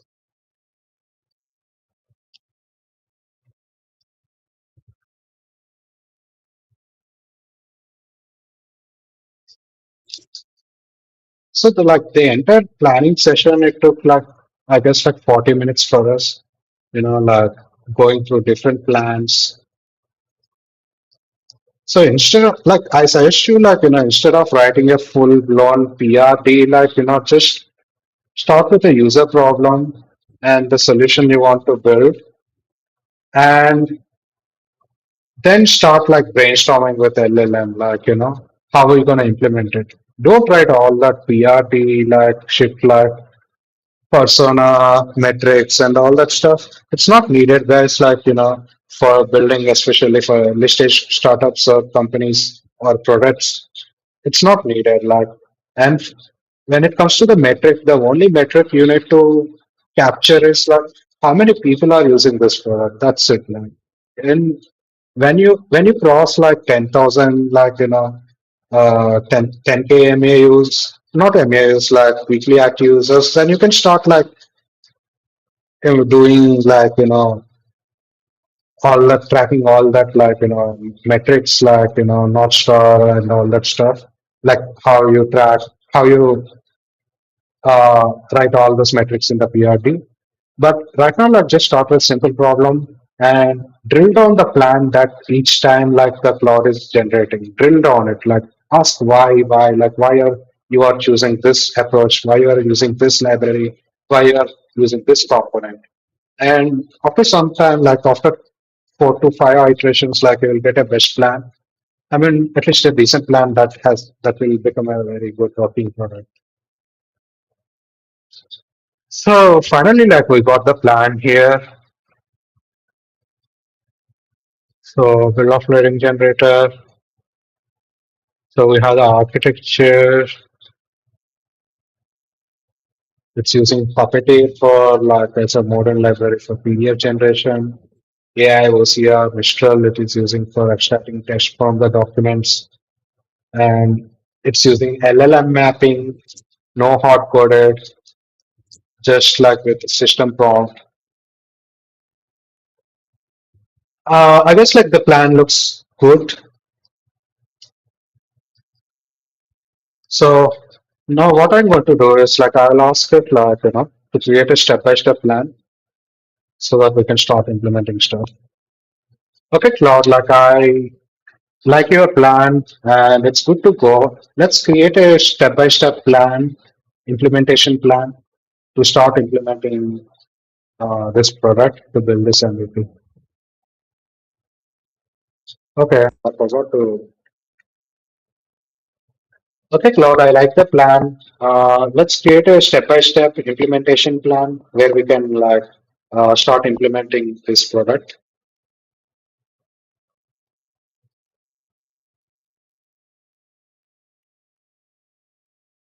So it will create a detailed like not a detailed like but a step-by-step plan where we can follow like we can feed the LLM and we can uh, start building the product.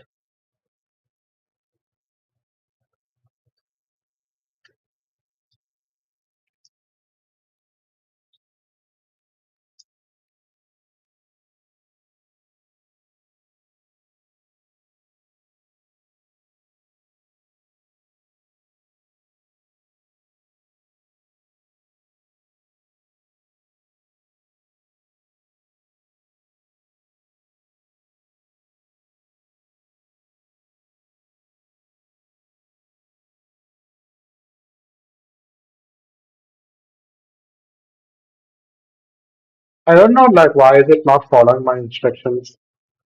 I have step-by-step implementation. It's still giving in phases. Do I have to gaslight this LLM right now? Hey, are you dumb or what? Like I asked you to. Hey, are you dumb or what? Like I asked you to give a detailed step-by-step plan. Instead, you are just giving the phased-out plan. Please change it like and give me a detailed or at least like high-level step-by-step plan so that I can start implementing this stuff.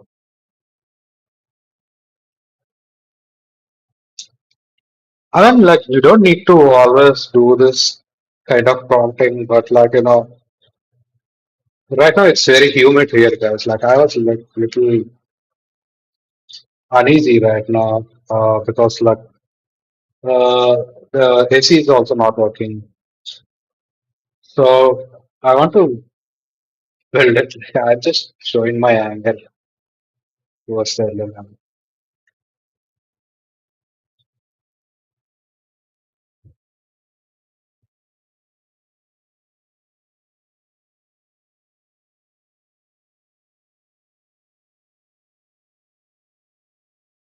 So it's creating a detailed step-by-step plan, and let's see what it is bringing out. So one another thing is you always need to we are in the same session since we started. Uh, so when we are there's always a context limit, like how much uh, how much size of uh, the LLM can handle in each session. So like it is measured in tokens.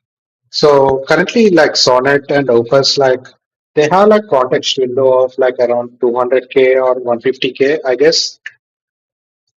I'm not sure, but remember like each token like is a four-character word, four characters, not a word. It's just four characters. So like if it is a 150K context window, like it can read up to maybe like 600,000 words. Yeah, 600,000 words.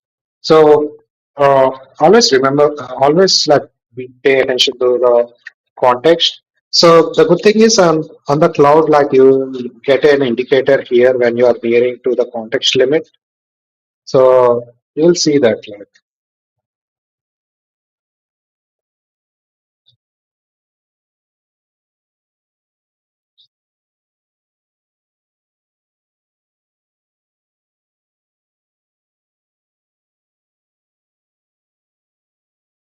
okay, we got a step-by-step plan here. So what I'm going to do is like I can ask it to create this plan in .md file, but I don't want to burn tokens here. I mean, especially in this session, I want to preserve the context limit.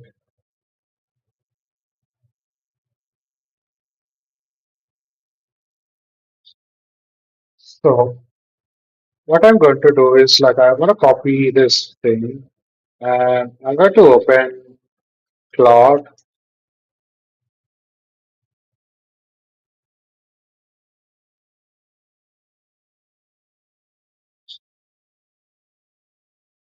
and I'm going to dump this plan here. I'm going to ask it to convert this to .md format. So it's going to convert this to .md format. So here, like what I'm going to do is like I'm going to create a new file here, which is called implementation.md.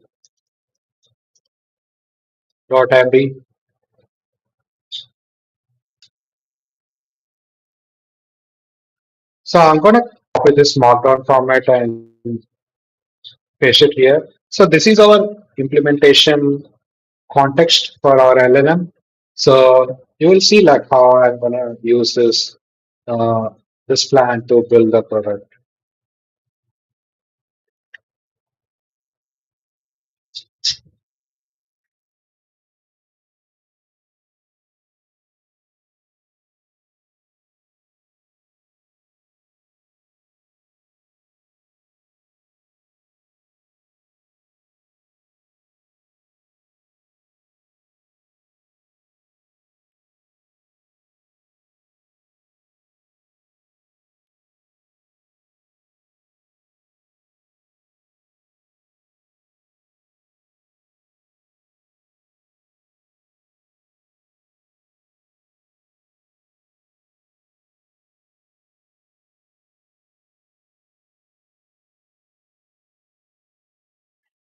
So let's see that. That's why it's still generating the plan. Okay, one thing to remember is when you are creating plans, don't ask for detailed step-by-step plan, or at least just say don't write all the code, just give a high level uh, implementation document with more details with no code. Because when you start asking it to give detailed implementation plan, it also starts writing the code for all these steps, which is in our case it's okay. But when you start building, more complex features, or if the plan is becoming more complex, then that might be a problem.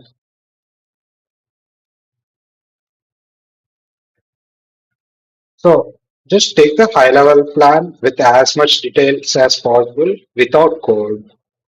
Because code, the agent will generate on the fly. You don't need code also to be generated in the implementation plan. But somehow I missed that. But next time, don't do that. So it's like a 600 line document. Command S, always save the document. Cool. Now we have the implementation plan. So now what I'm going to do is I'm going to end this session. Uh, I mean, not the stream, the cloud session, because I want to start fresh with the with 100% context limit. So what I'm going to do is uh, I, I'm going to clear this conversation. Okay. Now we are starting from with zero context. It's a clean slate again, new session. I'm going to switch the model from Cloud Opus to Sonnet because planning is done. We used our big guy and intelligent guy for planning, and we're gonna work with our mid-level guy to execute the stuff since we all have all the architecture and the plan. So let's start doing that. Shift tab, so you can click auto edit. You can also set the dangerous mode. I'll show it later, but the dangerous mode is nothing but it's a YOLO mode. You don't need to click enter, or it will not ask your permission to write code every time. It will just do it itself. But don't do that. It's always good to see what it is generating. Just read between the lines to understand what it is doing. I don't recommend to read the code. Just read the lines, the context. So let's start. Uh, so let's see what's the first step here.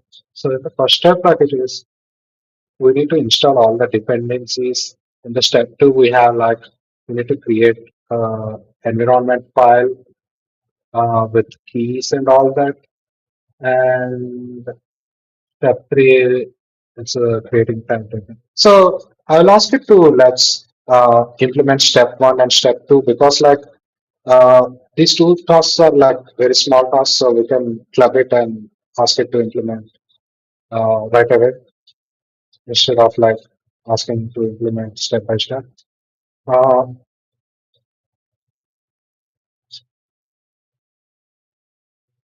uh,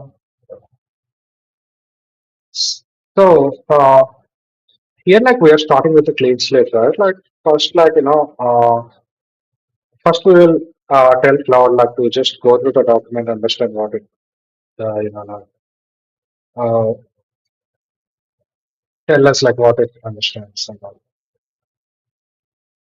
Go through the implementation.md file and understand our project and how we are going to implement.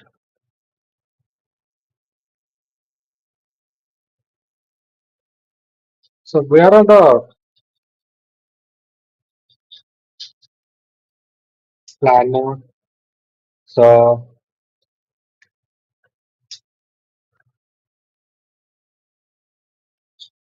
so it's reading the implementation.md file right now.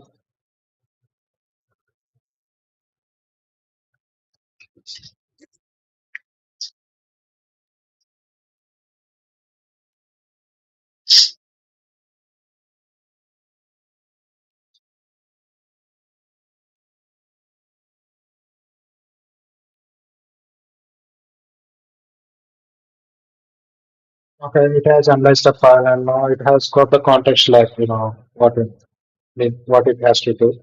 So no, so let's change the mode to auto edit and let's start executing the plan. Let's start implementing step one and step two from implementation.md file.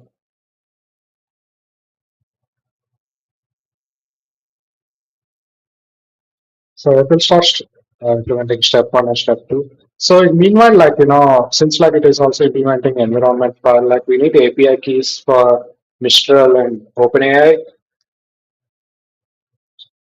So let's go to Mistral documentation. Let's generate an API key there.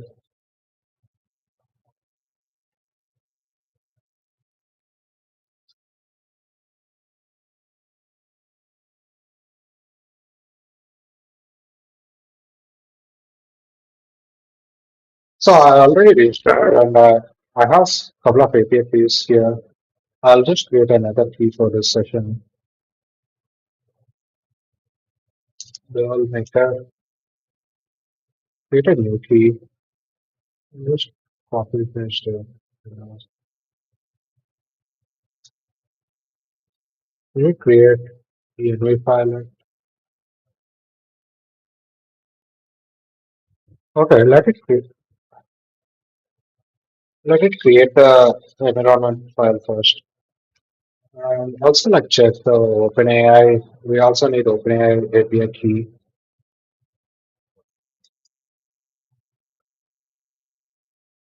I have some credits in the some API credits here. So I'll be using OpenAI. And the models are very good for our use case. Yes, yeah.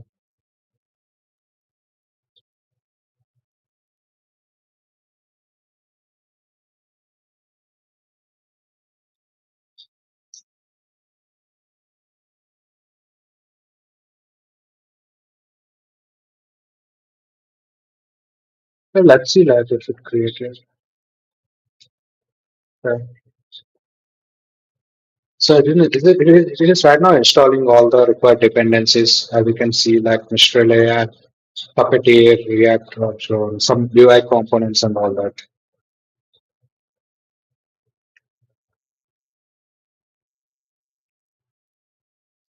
I think like we are on the fast track right now. Like it's just like we are just need to follow the implementation plan and you know build the product here.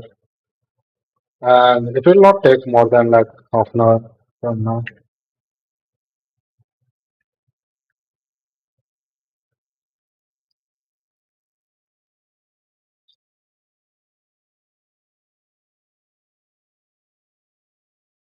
So as you can see, like it has updated, like it has created all that stuff. It has updated its to-do list. So it's cool. Like it created environment file. Here we can see this is the .env.local. So here, so here we need to copy paste our API keys here. So I'm gonna I'm not hiding anything here. Uh, I'm anyways like gonna change these keys later.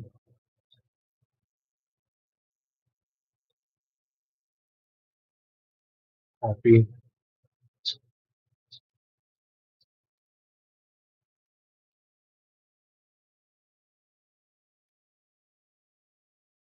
Okay, done. So we have environment variables set up here. So all done. Now let's go to step three of the plan. So let's see like how big is this step three. Step three.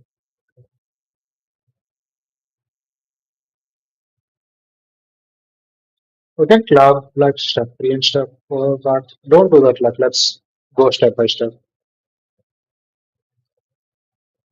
Hey, implement step three from implementation.md file.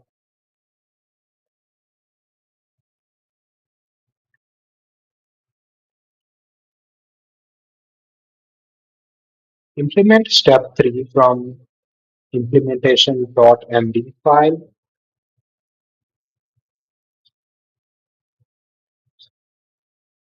Okay.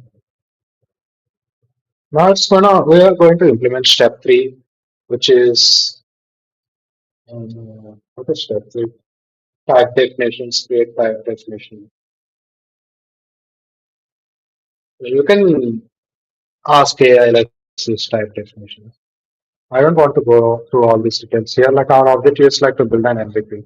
We are product managers, guys. Like we don't care about like all the s- stuff happening on the technical side till like whatever we want we get. Like I mean, like it's always better to understand engineering and read the code, but like it's not mandatory in the age of AI.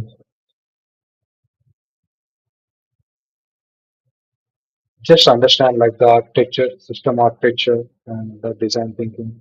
That's it. So it has implemented step four. So I'm going. So let's do step five. Implement step five from implementation.md file. Oh man, like it is not picking. Implement step five from our implementation plan file.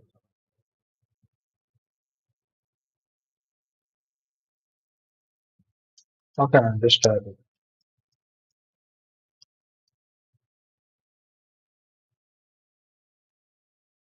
So it's going to implement step five, which is creating an UI component, which is like processing status component. So right now it's creating the UI components and some like dependencies and all that stuff. So as you can see, like when we create a boilerplate, like this is the interface we have.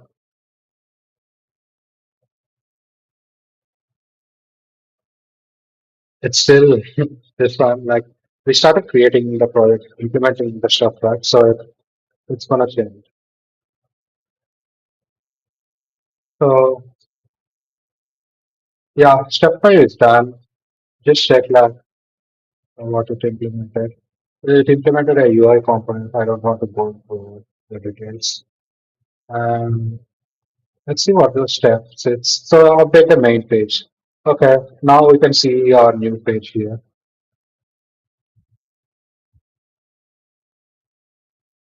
Step six from implementation.md file. Implement that,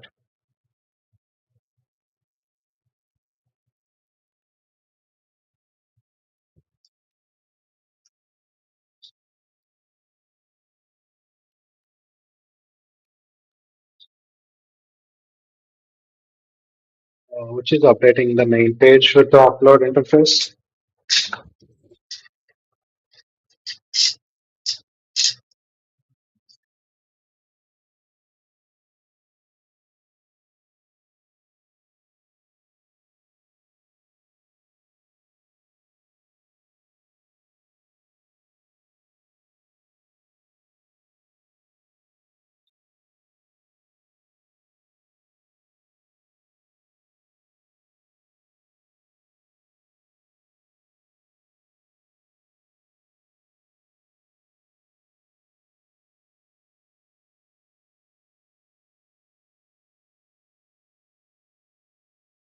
Okay, it's implemented step six. Let's see how the page looks.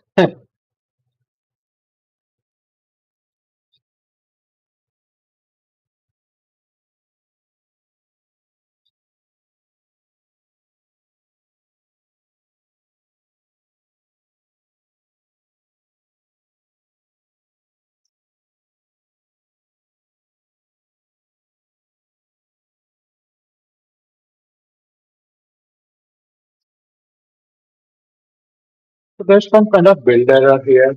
Just copy the error.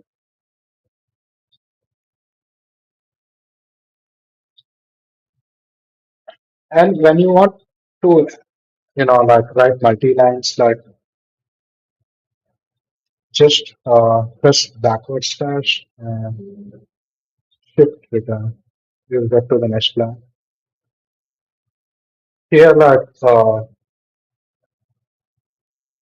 fix this error.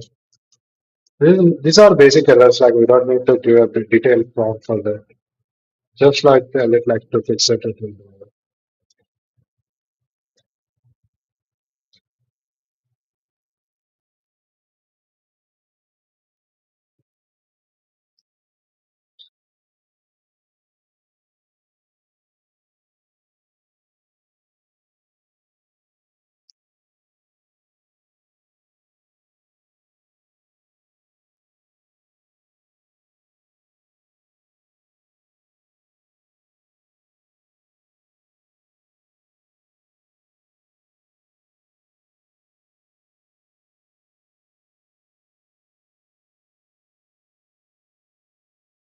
Okay, the error is gone. So we can see this interface here.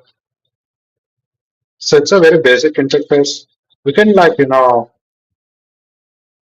how, like beautify it, like, make it look good later. But right now, like we just want the functionality to get done. It doesn't take time, by the way, like to beautify it. Like it's very simple. Just few prompts. So we have like tracking list commercial invoice. If I click on it, okay, I can upload the tracking and commercial invoice. I don't know what is this issue here. So some hydration error here. We'll look into that later if it is like so. Okay, so we have implemented till step 6. Oh, let's check what's the step 7. So we're gonna create the API route for OCR processing. So when user uploads the document, this is the API that's gonna like extract text from that document and generate markdown output from this text so that it can pass it to LLM. So cool. Okay, let's implement step 7 OCR processing API route from implementation.md5.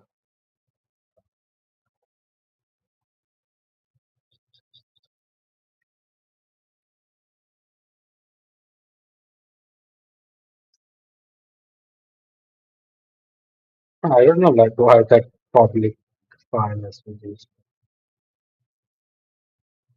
Yeah, create OCR processing API route with Mistral AI integration.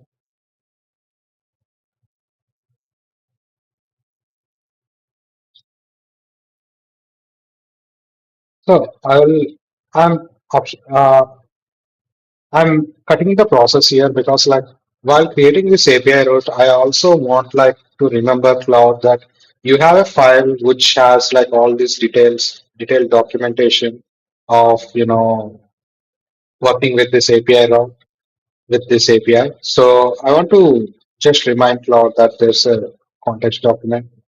So I'm gonna so here like when you are implementing step 7 from the implementation guide, the OCR processing API route, you also check the Mistral.md file, which has a detailed documentation about the OCR API that we are going to use.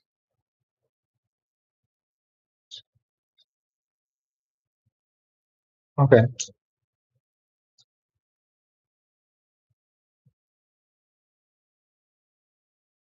So it's always good to like, provide as much context to LLM so that like, not for everything, like for a particular like task, like for this task, like it definitely needs like the context regarding the documentation. So it just helps like to cross check like okay if it's actually like implementing if it's taking the right approach or not.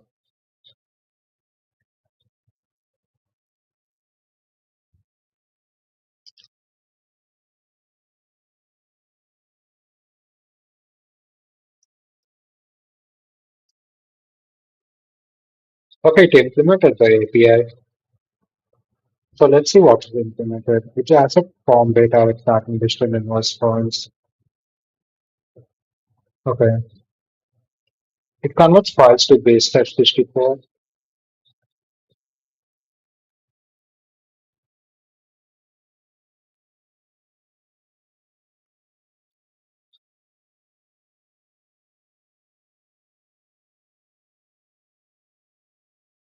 Okay.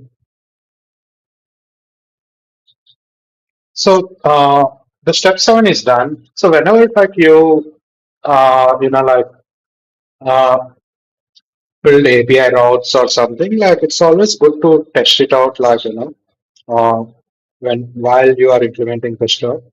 But right now, like since like I want to speed up things, like and this is like a just an MVP, I can always test it like while uh, directly like from the interface. Like if something is not working, I'll have the debug uh, code and like I can get the things done. But like if you're creating like little complicated projects, always like test things like after you create some API routes or any functionality. So we have implemented step 7. I don't think like it. Okay, we're going to implement like another route, which is BOL data generation. So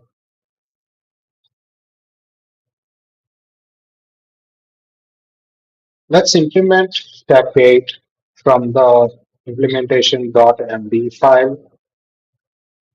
Implement secure API routes. Just,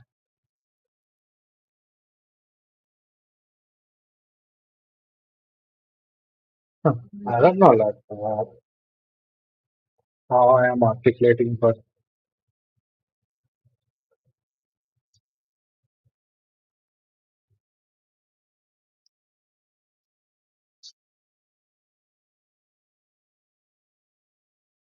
implement step 8. Uh, uh,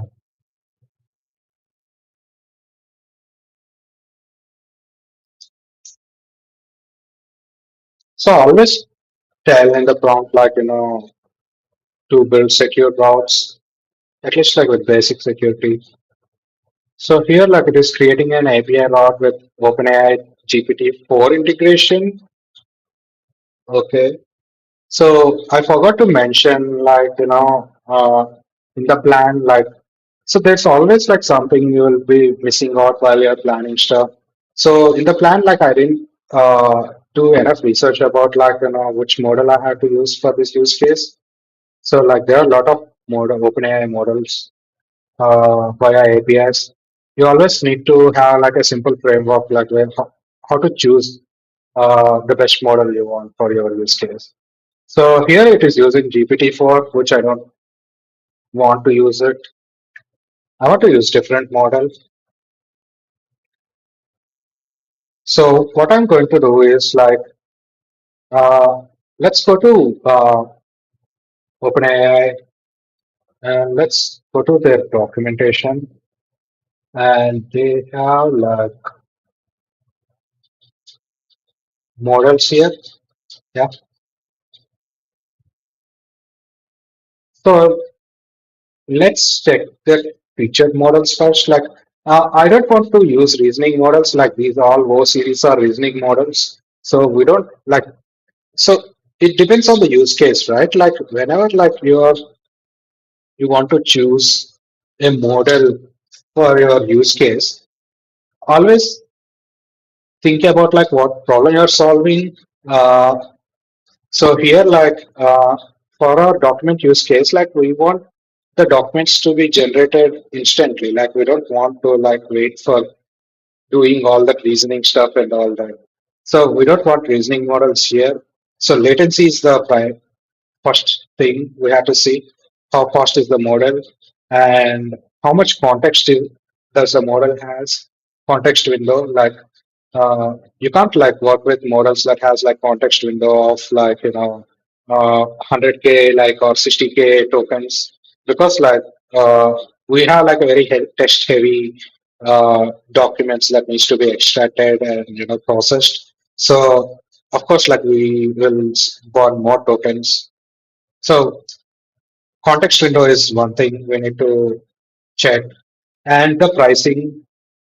If you see the pricing, like just see the price per 1 million token.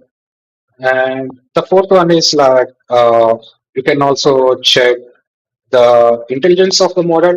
So intelligence, like you don't need to like do all like qualitative, like just check like their uh, already like the metrics out there. See like if which model is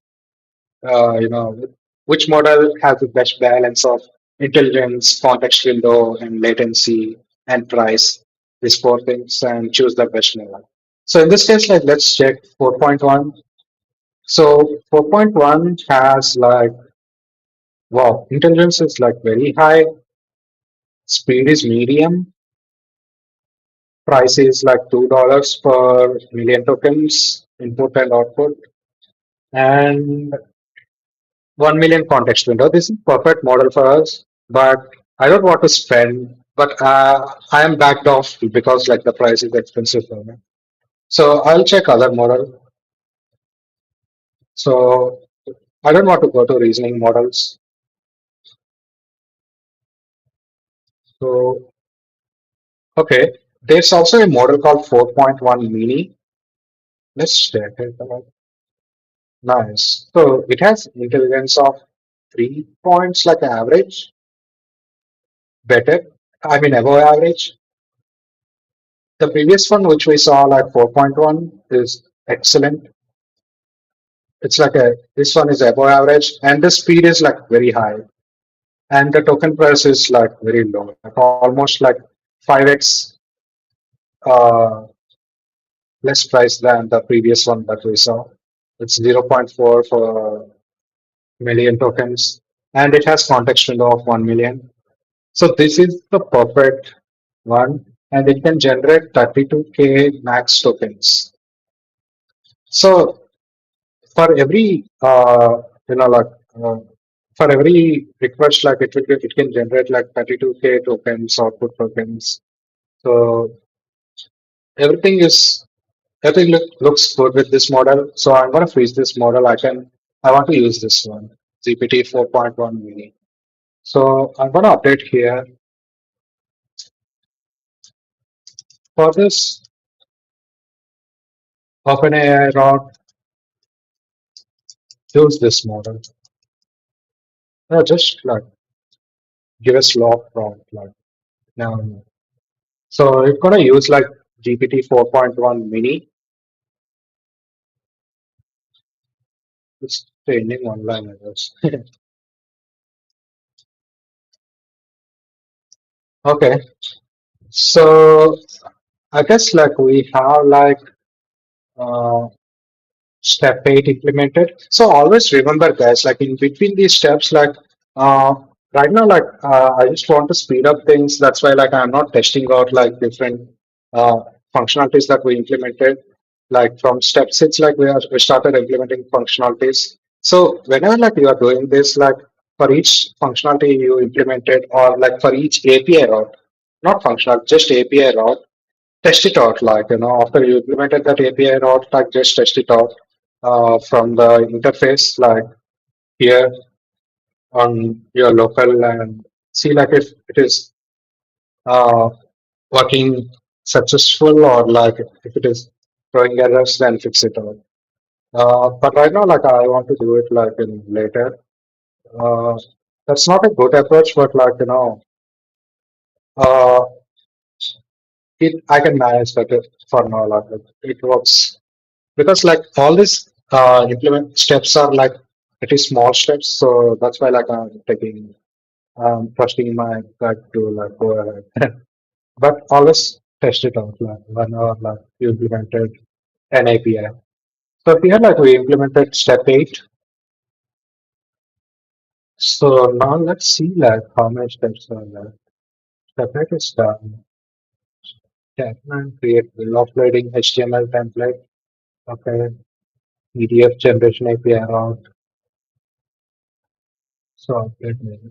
So we have still like 3 steps left. So let's implement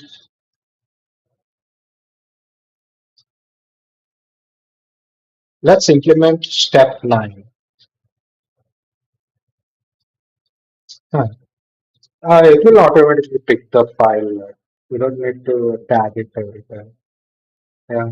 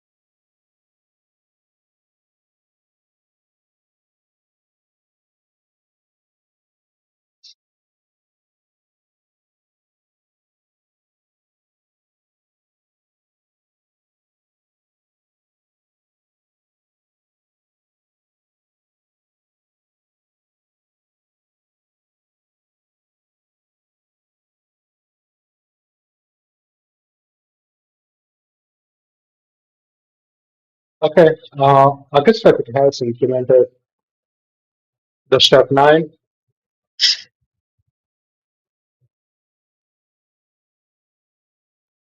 Okay, let's implement step 10. I'm gonna club step 11 as well. It will take it.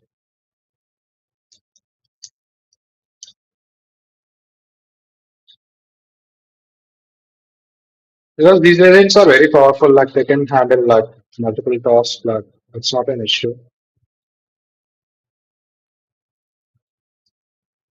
So now it creates like a PDF generation API route with Puppeteer, and it's gonna update main page with complete processing flow.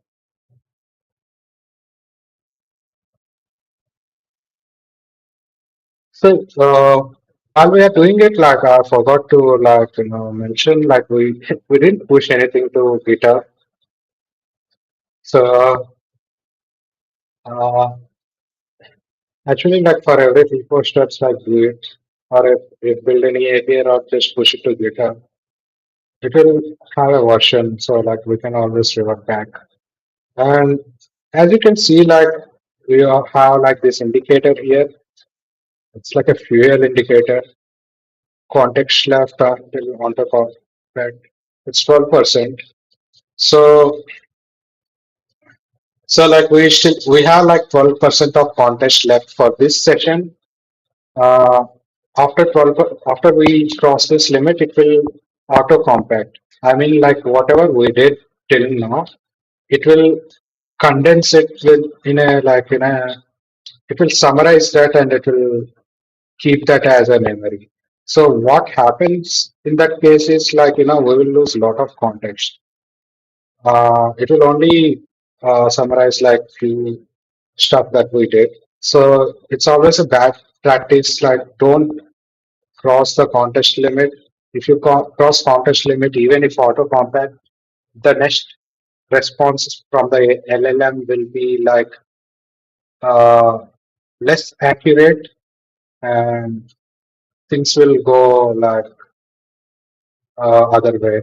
So 12%, it's like the fuel got into reserve. So like we need to do one thing. The best practice is like we need to update the implementation plan with whatever we have done till now. Just update the progress and what else we need to do, like what other steps we are left to implement. So in that case, like we have like complete tracking. you know, what we are doing. So I'm gonna ask it like, okay, so we have implemented till step 11. So can you update the implementation.md file with all the progress we made and what else we need to work on?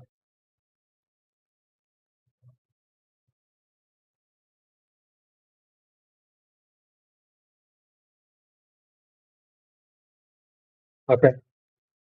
Now, what it does is like it will start like updating the implementation.md file with all the progress we made and all the stuff.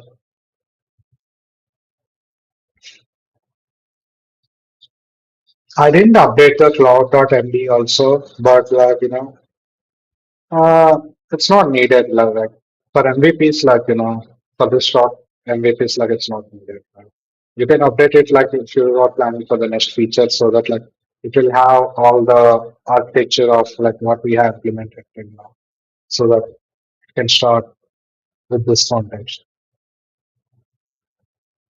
Okay, so it's updated the plan and it is saying 98% complete with minor setup tasks remaining. So, okay, we'll clear this session because like we are already hitting context limit. Okay. Now go through the implementation.md file and see what's left to implement.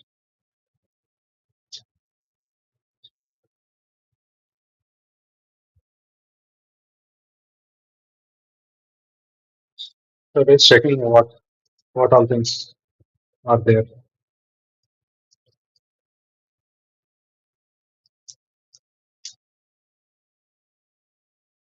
I'm very hungry. Yes.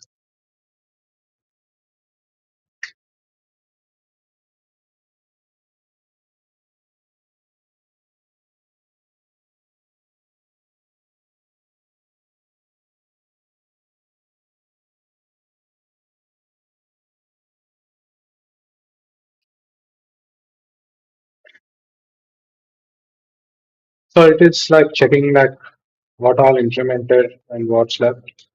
So let it run and let it check.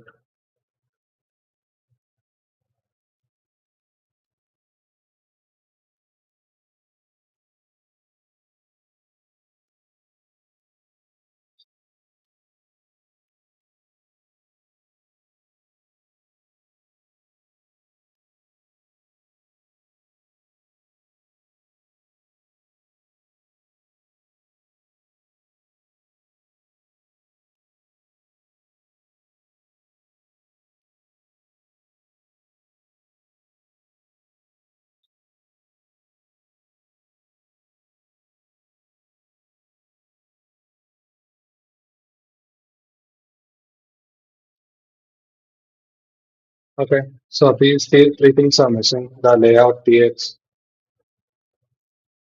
layout file and toaster component. These things are missing. So it started like creating those stuff.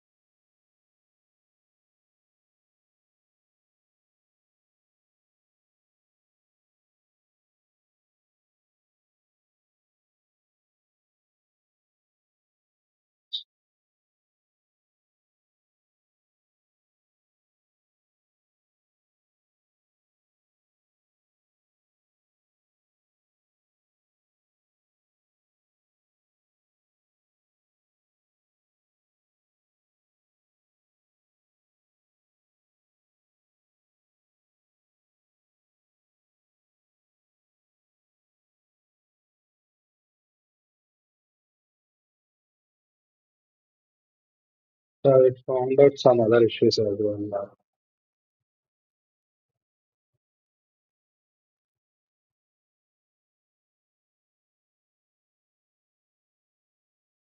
So like the entire point of, so this is a very basic workflow that we are using. Uh, the entire point here is like, in future, like we're gonna like experiment with uh, parallel workflows, some kind of automations and all that stuff.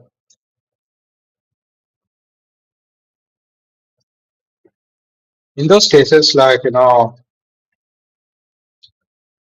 we have like, like we're gonna use like cloud books and also like the Git tree. So to initiate like, uh, parallel agentic workflows so that like we can, like work on different features at a time. Like, so we're gonna get into those that depth like later on. But this is like how we start. How we do MVP as a PM.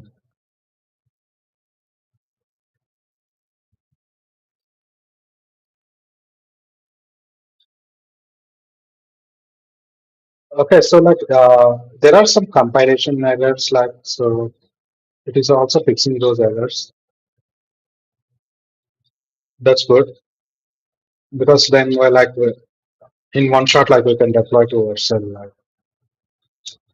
So there are also some interesting workflows, like there's called cloud books, like using cloud books and uh, Git working trees. Like you can set up like some automations. Like let's say, like if I'm building this MVP, and as soon as I deploy to Vercel, like the using the hooks, I can trigger like to launch this, to take screenshots of this product on the interface using Playwright MCP and launch a product hunt, like basically. So that part will also get automated. Like you build the MVP and immediately, like as soon as you deploy to Vercel, it will get launched on product hunt. So that's one kind of automation we can work in future, like in the next coming streams. That things will get more interesting, like when you start, like because like building product is one thing. Like people are saying like it's an era of idea, guys. I mean, yeah, that's to some extent like okay, we need idea, guys, but like with LLMs, like you can generate a lot of ideas. It's not about idea. It's about like execution and what comes after the idea. And with using these agentic tools, like execution is also becoming very cheap and faster. And what after like you build the MVP? So you will build the MVP, then what will you do after that? You should like launch it, right? You need to do a micro launch, like launch it on Red Hand, get some upvotes, like or like do some ad campaigns, like paid AdWords campaign or Meta campaigns. So these things, like the things that you need to do after MVP is also equally important what when you are building the MVP. So we're gonna automate the entire stack here, where like in like in next 2 3 months, like you will be in a position where like you are working as a PM in an organization where you'll be spinning up like MVPs every day, launching them. I mean, like every hour, you can say like you can spin up like 5 to 6 MVPs like in a day and launch it straight like and do ad campaigns and get traction like all within like in one day. That's possible, and that's possible right now. So we can start learning the stuff as a PM, like So let's see, like what's the job as a product manager? I work for CEO. I mean, like my objective is to automate everything that is blocking my roadmap. So right now, like the two things that are blocking my roadmap is developers, marketing guys. I mean, like uh, for when you grow the company after like certain point, It's okay, like, to have a dedicated team and all that stuff. But when you're in a early stage startup, when you're like in a pre-seed seed round, you have to like do a lot of experimentation, which is not possible with human developers because I work with them, and it's always like a big task to work with them and you know build on like ideas that we have. But with these tools, like we can automate all that stuff. Like we don't need a dedicated team or something. Just hire one developer who can just overlook all this stuff, whatever you push it to, like whatever MVPs like you create, just like for a maintenance, you can say like a maintenance guy, just keep one maintenance guy and automate everything. This works for early stage companies, and we're gonna see more of these workflows in the next streams. So it's still like fixing the compilation errors and all that. So now the build is successful, and it's the final step is it's going to update Cloud MD with our updated implementation. And the next step is we're going to check it, like if it's working or not.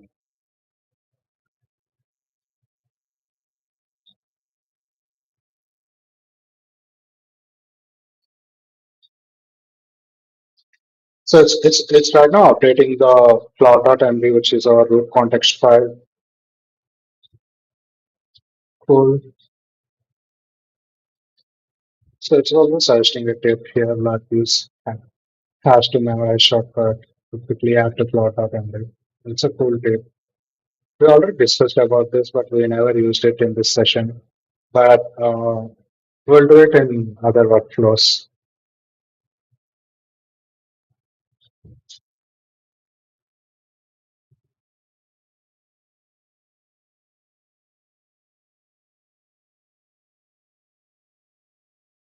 So now the project is completed. It's going to run a final text here. Let's see. Once it is done, like we're gonna check on the interface here,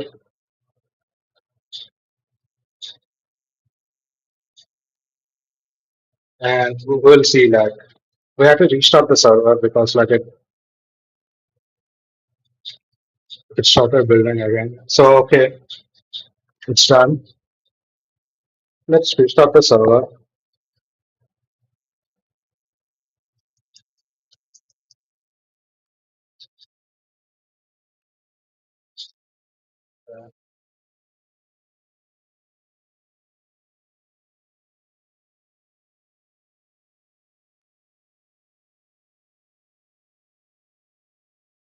Let's try some internal server error.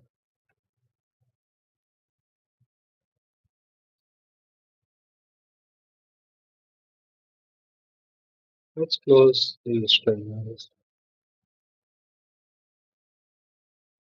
Okay, we have to build this one.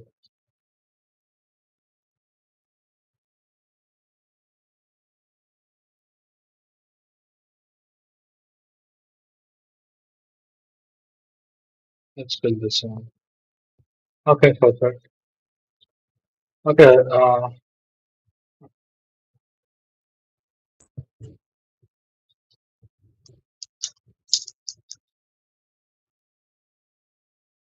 cool.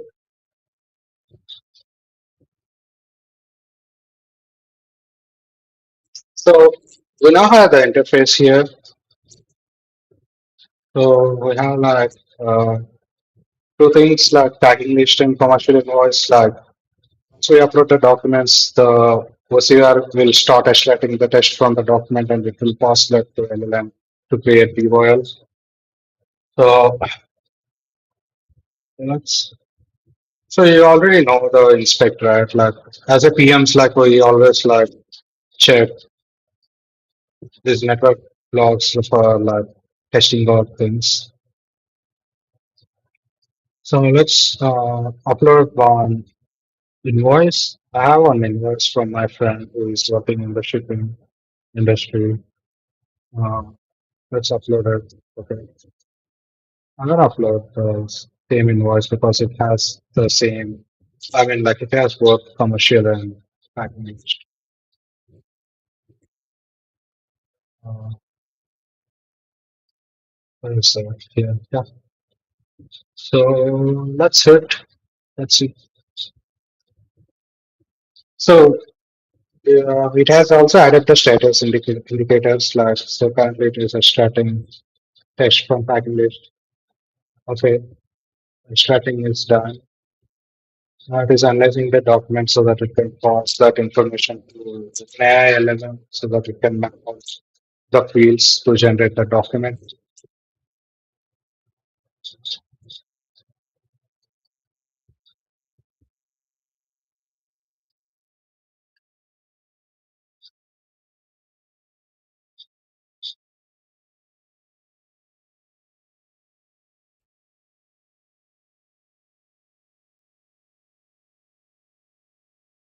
Okay. So finished mapping and it's now generating PDF. Oh, cool! Like we one shot, like got it done. Let's check like how it looks. Like it's very important to be okay. So it created the document, but it didn't like added any information here. So we need to see like what's going on here.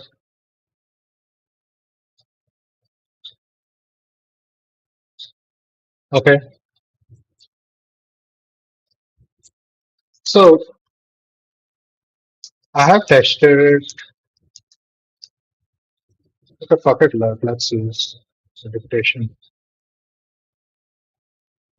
So I have tested the interface. I uploaded the documents and uh, it successfully did OCR and passed that data to LLM and it created a PDF. But I can't see any information in the PDF. Like all the fields are empty. So can you see like what's the issue here?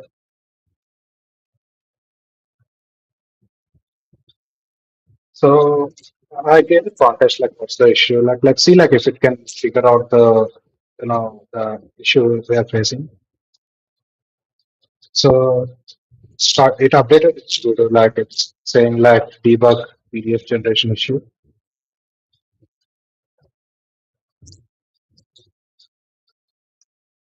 But one thing I like is like I like the format here.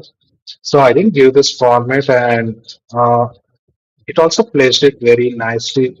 So that's why uh, in the start during the planning phase uh, this guy recommended the LLM recommended like to use this library called PDF Make.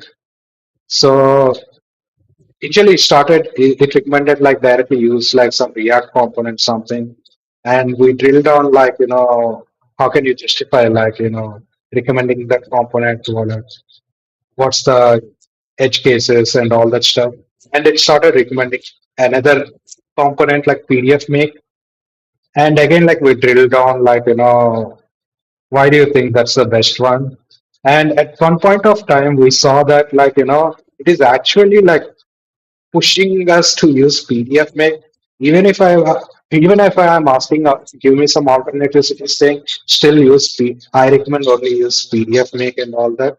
And once I gaslighted the LLM with a prompt, I mean, sometimes it works. Uh, then it started giving honest opinions. It recommended using Puppeteer, and this is the output we got from Puppeteer, which is very nice. It's just like we don't have the. It's just the fields are empty, but we are going to fix that.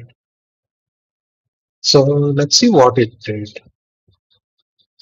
So it added debugging, like stuff. Uh, Okay, want to run the server. So we already have you know, we already have the server running. I'll just kill it like so that it will be like easy for it to run directly from here.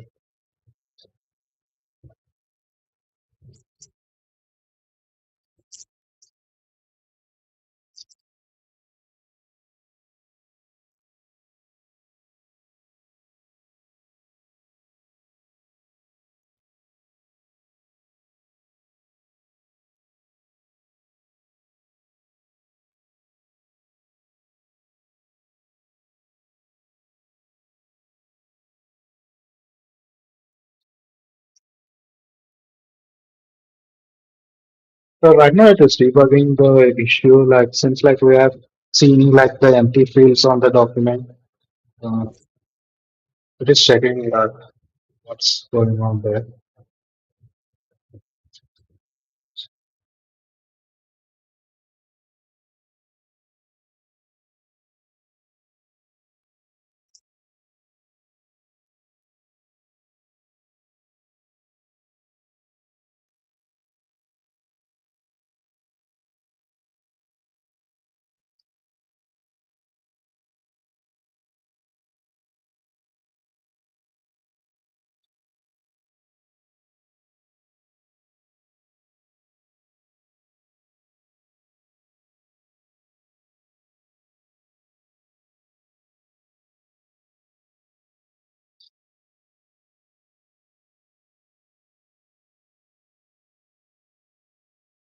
Okay, it is creating a some simple test environment to verify PDF generation with non-data. I don't want to do all this stuff right now.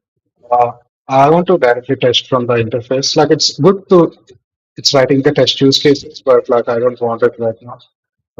I want to test it manually. Like so, I'll just ask like, can I test directly from the interface and update the the logs.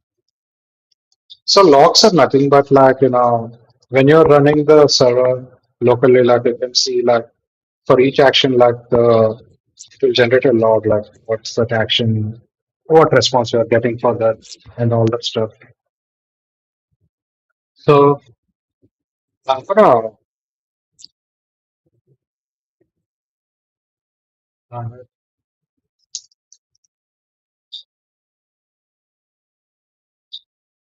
okay,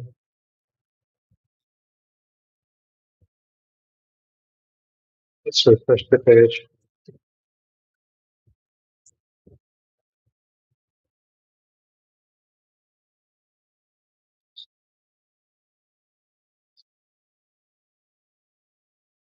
Just invoice.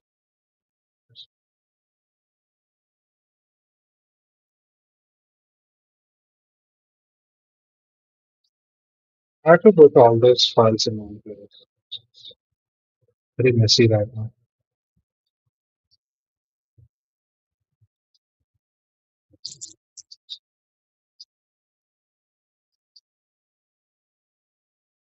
So it added debugging there. You can see like what's up.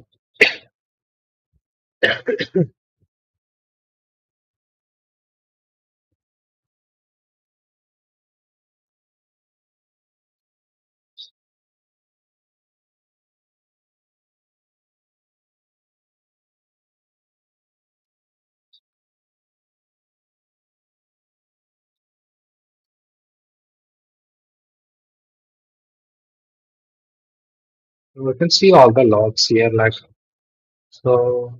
You can see like it is processing the information. I think it generated the document. Let's see. So, so like it didn't fix really anything right now. It just added debugging logs so that we can figure out the where the issue is. So you can see the logs here. So it all started. Uh, so it started here, and it processed the document, and the OCR is working fine. You can see all the details of you know, uh, the documents that we uploaded and the text it extracted from those documents. This is all the text which is extracted. Uh, and in the generate POL, like did all the stuff.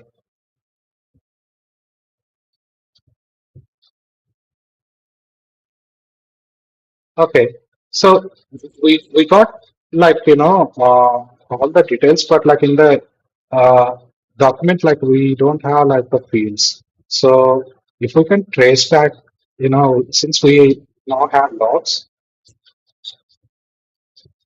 So I'm just showing you like how I'm debugging this stuff uh, with just the prompts. Like it added debugging logs. Now I'm just going to copy this.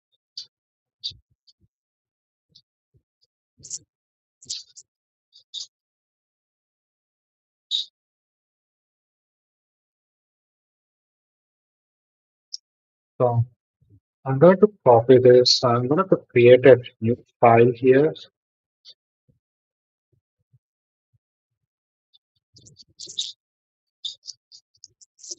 Error.md. Because like don't if you copy paste and just dump it in the prompt here, like it won't read, like it will lose a lot of context. Just like always like do this, like copy the the logs and paste, create a separate file, paste it here, dot empty, save it, and now reference this file here. Like I have tested it. Please check the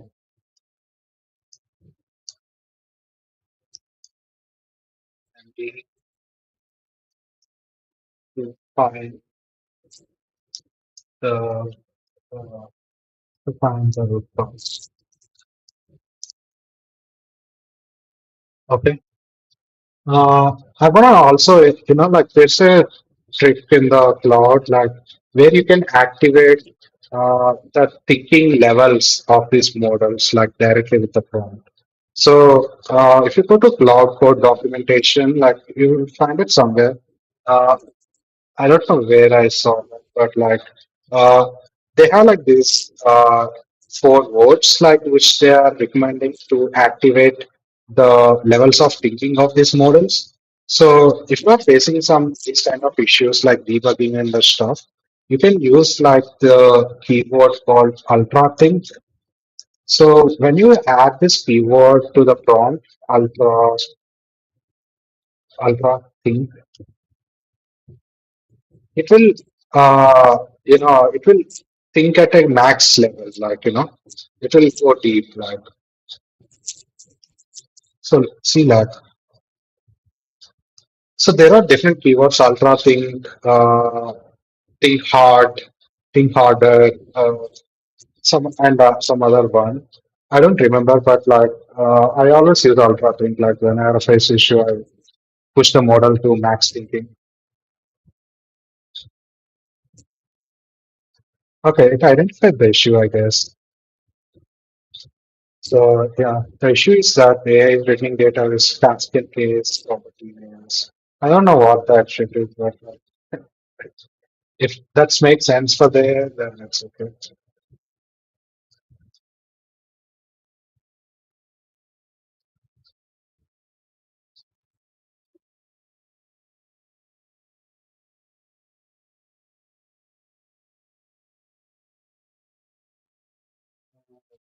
You can see the issue. This is common term. So there's a property name casing mismatch between what AI generates and what our template expects. So it's basically like a communication problem between like two components. So it is trying to figure out like the stuff. So it's gonna fix that communication.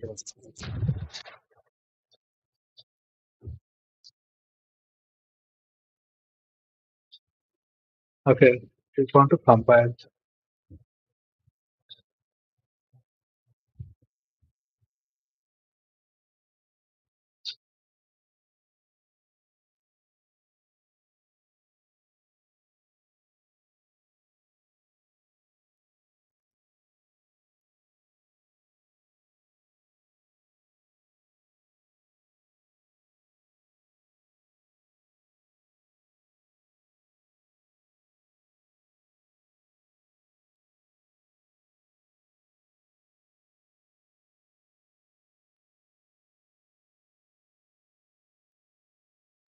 So we already got this indicator again, like context left 20%.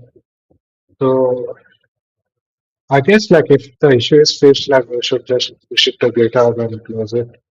Or it's like we need to open a new session. It's like we can't work within this context.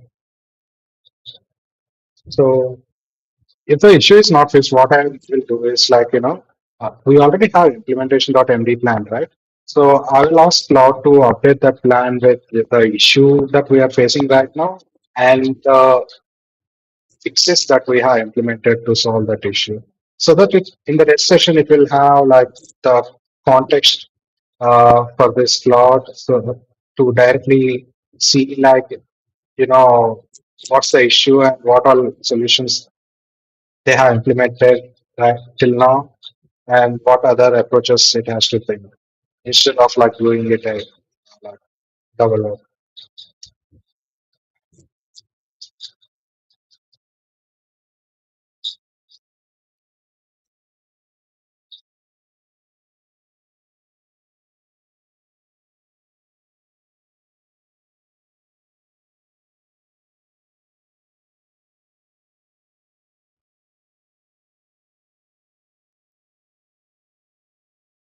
Okay, I guess like it fixed the issue.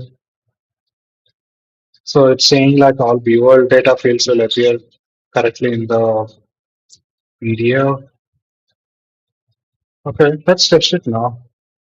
Since we compile, we run the npm build, so we need to fill this session. Um, Run and restart the server.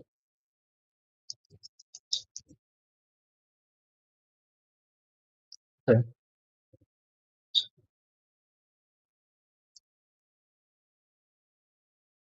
So basically, like we are trying to automate this flow where like we're gonna like upload these documents using and use like Mistral AI OCR and OpenAI LLM to create a viewer document. So here, okay,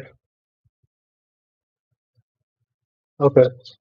So let's upload the invoice. Yeah. I really have to like organize this stuff. I can you can use like by the way like you can use Cloud Code to even organize your local computer. That's the beauty of like the Cloud Code. The what like the possibilities are endless. Like. So so you can use Cloud Code to organize your desktop as well. Just ask Cloud Code like clean out all the files on my desktop and organize it. Do it like because like it's a client terminal. It's running on your machine, local machine. So So in our next streams, like we are going to more deep into this workflows where like we will be automating a lot of stuff in the product development process. So it is like mostly focused for the PMs to automate like development, marketing. So now we're building MVP and what's next after MVP. So those steps also can be automated. Uh, okay, it's done. It's generated PDF. Let's see if it has done guys. So we have successfully like generated a bill of lading shipping document with a beautifully formatted PDF using LLMs and OCR technology. So we have all the detailed packing list and all the fields like it captured like so if you see the document, I'll just show you the document.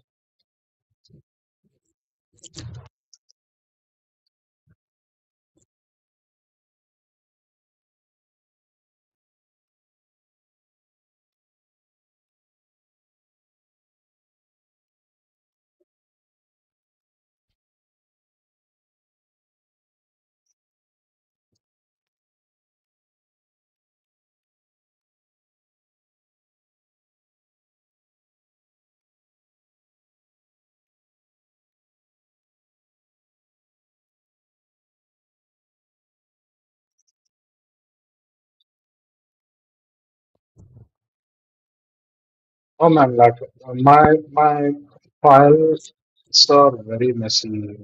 Uh,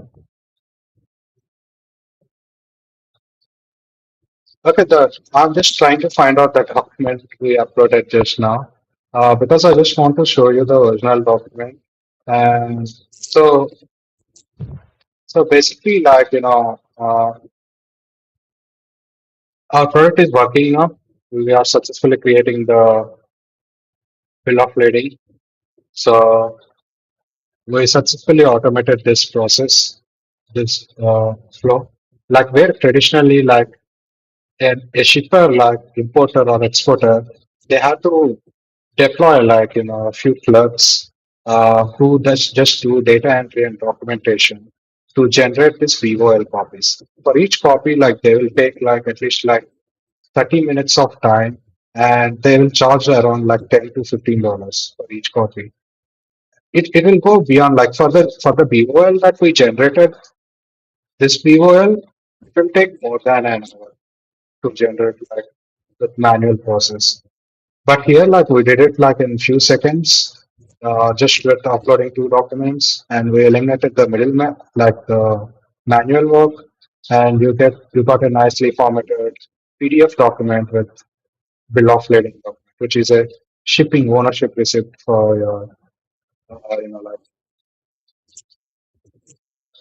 shipping document.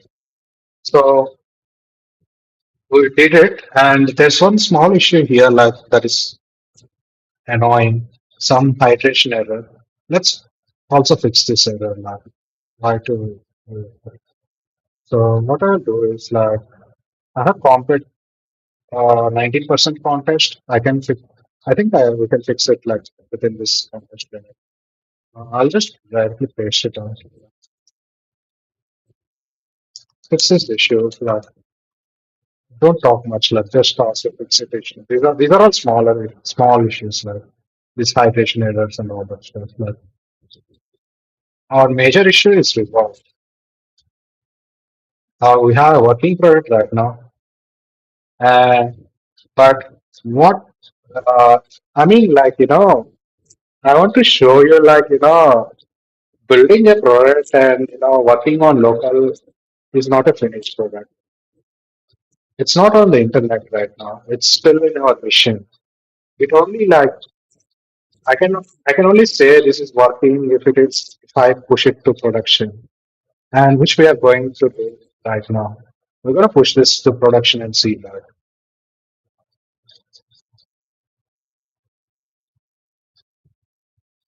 Okay, it fixed the hydration issue. So what I'm going to do is like uh, let's push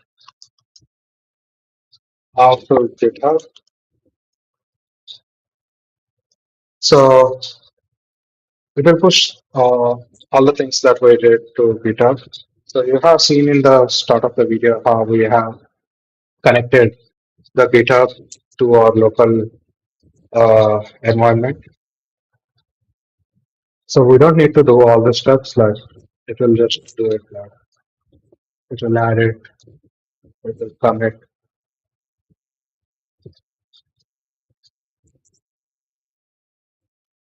and it will push it.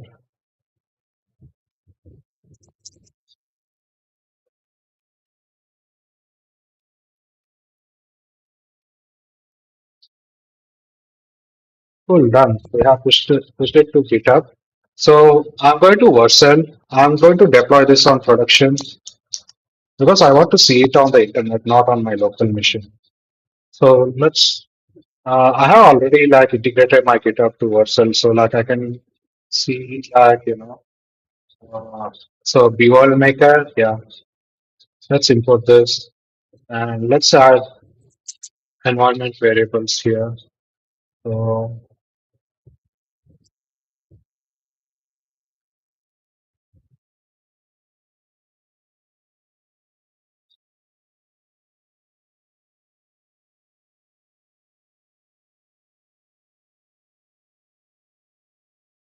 So this is like a basic DevOps, like Vercel is a straightforward like deployment option. If you guys don't know how to do it, like it's a very straightforward process. Just play around, like the dashboard will find out things. And I'm going to deploy it.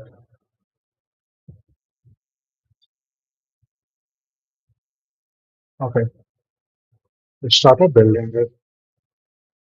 So guys, like if everything is working on local, don't expect like that same happens on the production also.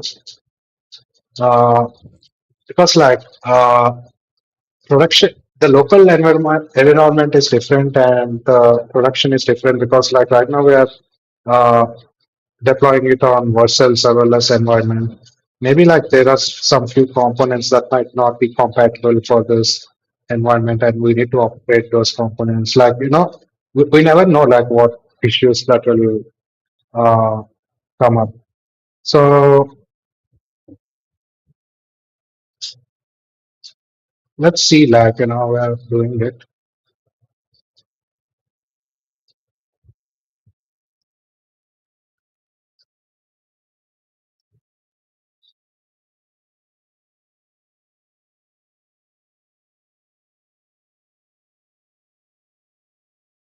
Okay, it's deployed to production.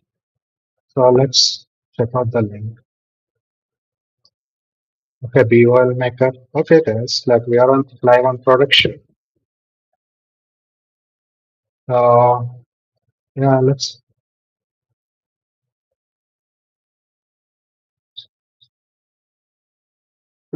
like as a PM, like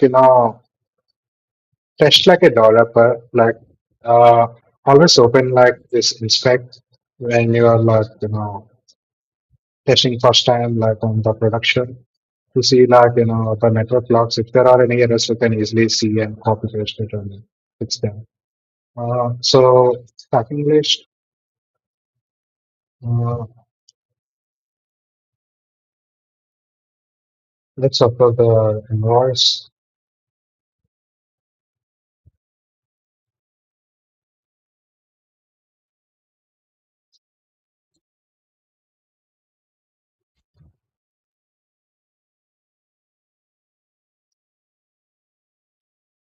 Okay, let's see like if it is really working on the production.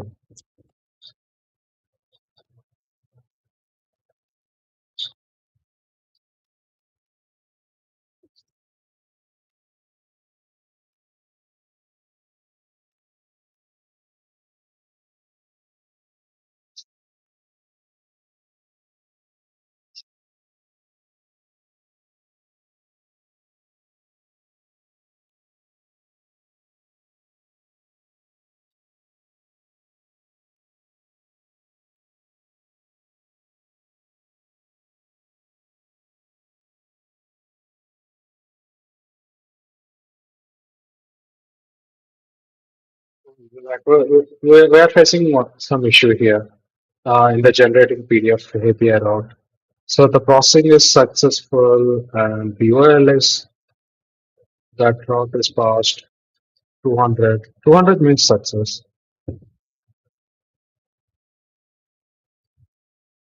So it's showing failed to generate PDF.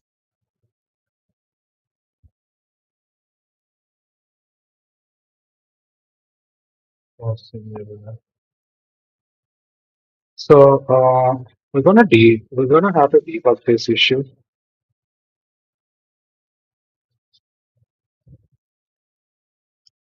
on the production. Be clear, like provide as much context as you know as we can because like, it has to understand like why it's happening. All that. So I'm gonna explain it clearly, like on the production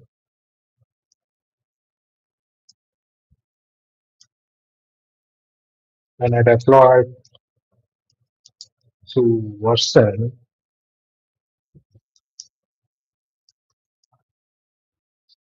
I don't think like I'm framing it in the right way. But like I'm gonna just dictate it. So on the production, which is live, we have deployed our app using Vercel serverless, and there's an error uh, while generating the PDF. Can you please find out the issue and fix it? Okay.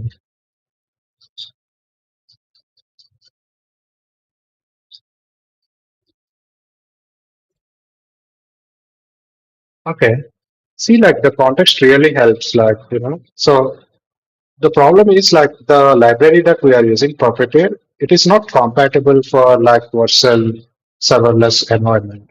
So it is saying like the issue is using Puppeteer in Vercel serverless. Let me replace this with a more compatible solution. I will use a combination of approaches, use a serverless friendly. No, I want to use only Puppeteer. No, no, no. So here, like, what we can do is like that's where like the judgment also comes into the play. You can't like always accept like whatever it is saying. Always think critically, judge if it is the right thing or if it is making things complicated. So right now it is suggesting some other options. No, first I want to uh, find out like if there's really an alternative within Puppeteer, like we can use it for Vercel. So let's check in that angle. Okay, can you use Perplexity to research on how we deploy Puppeteer in Vercel serverless?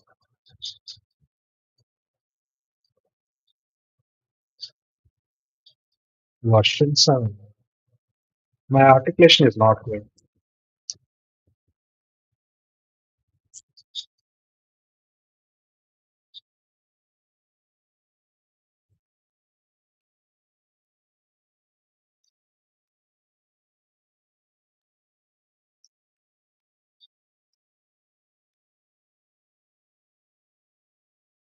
Mm, okay. So it is saying like it is giving some random other options, but I told like to research using Perplexity MCP and uh, just find out the solution. Like we don't want to replace Puppeteer because it is working very fine. Like the document is looking very professional and clean. So we don't want to lose the format and experiment on some other stuff. That's what like product thinking is like. Only PMs will have those that kind of thinking. PMs and designers, not developers. Developers are good at like logic, like no.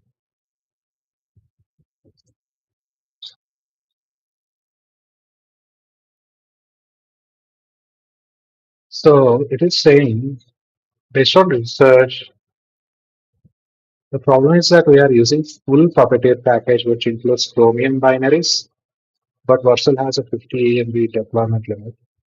Use replace Puppeteer with Puppeteer Core plus.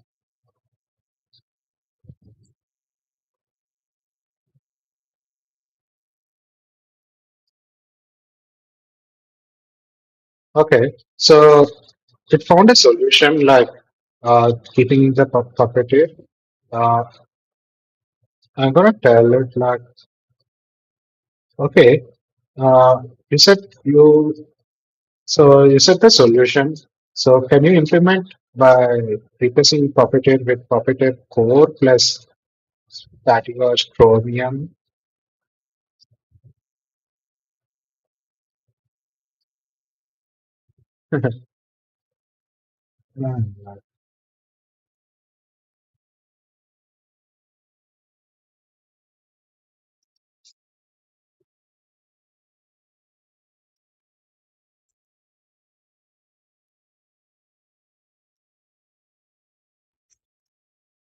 Okay, I told you to implement uh, the solution.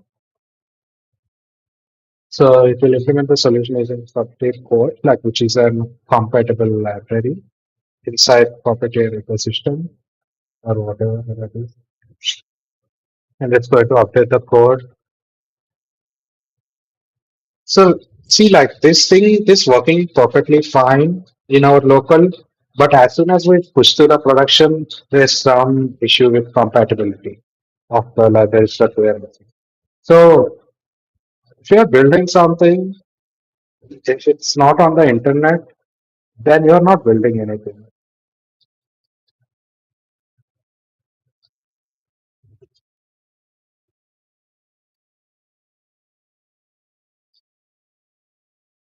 We're running out of context limit, like it's 14%, but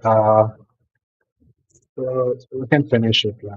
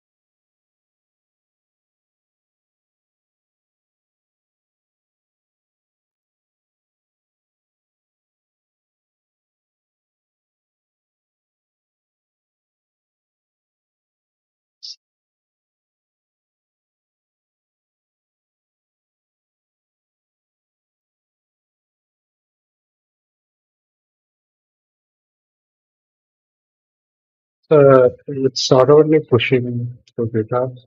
Yeah, let's do it. Like because we don't have any issues in local, we want to find out where to see it on production.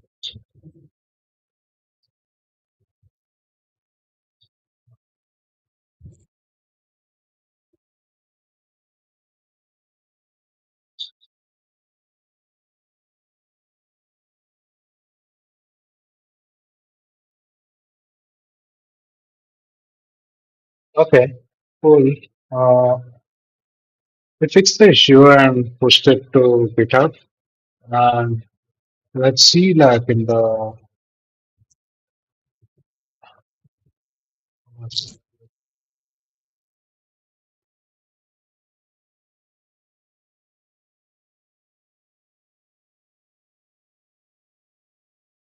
build it.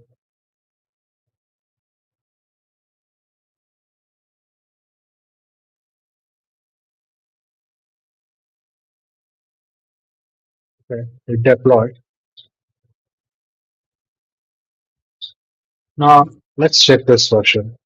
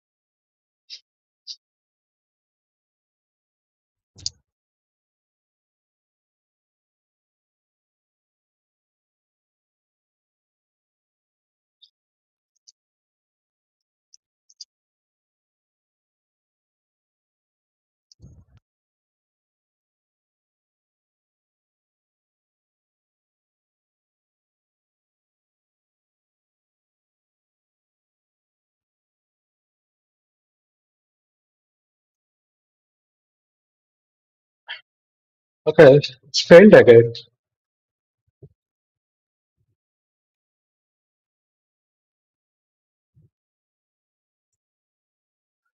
What do you mean by PDF generation is unavailable? Can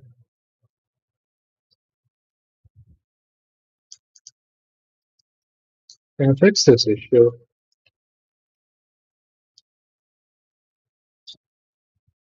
So like debugging is part of the plan. It's I mean like it's part of the game.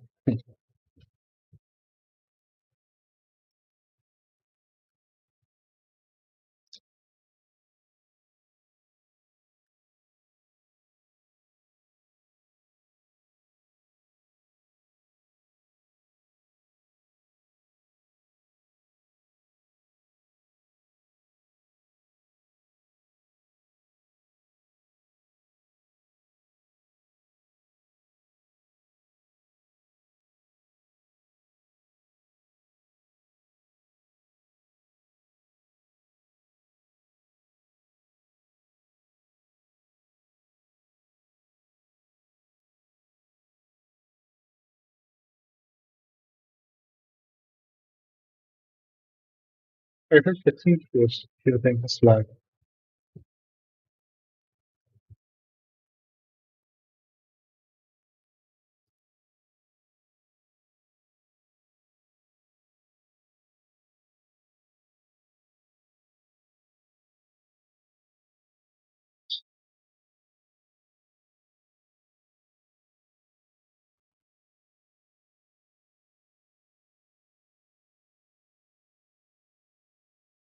okay, let's see like if the issue is fixed or not. I'm running out of the context window here. It's 8% right now. I hope the issue is fixed. We're not facing any issues in the local, but on the production, like we're seeing some issues.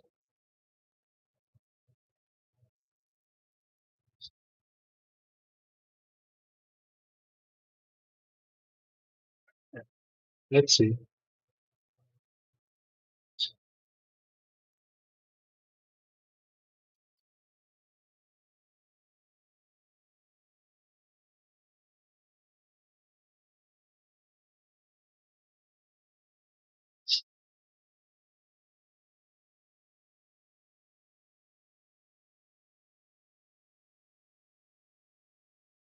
Okay. It's deployed.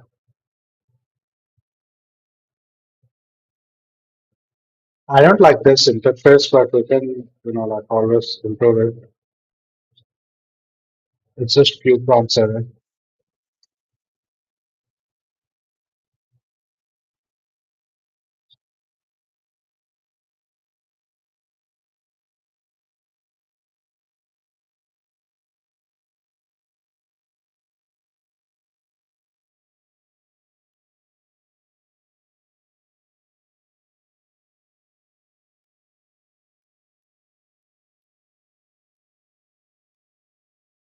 It is making different API calls here. You can see like processing documents, generating DOL.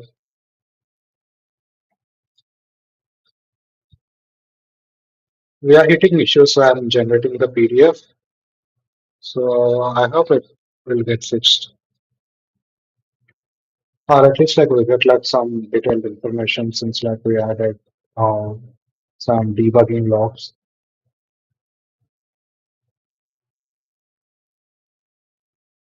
Okay.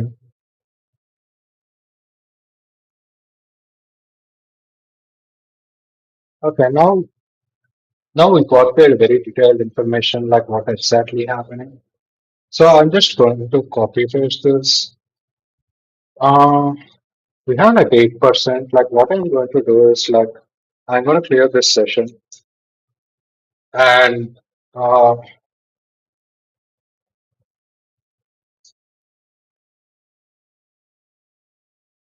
I'll also first check the implementation.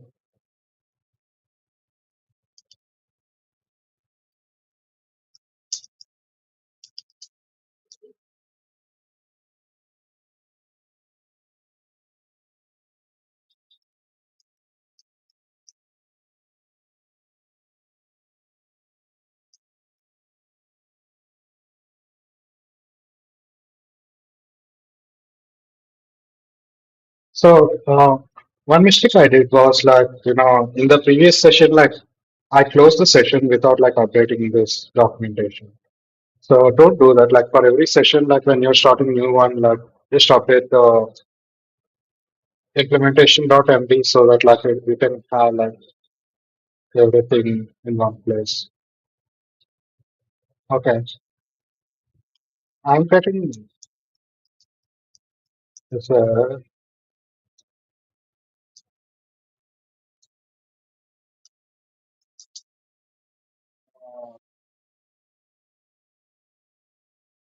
it's,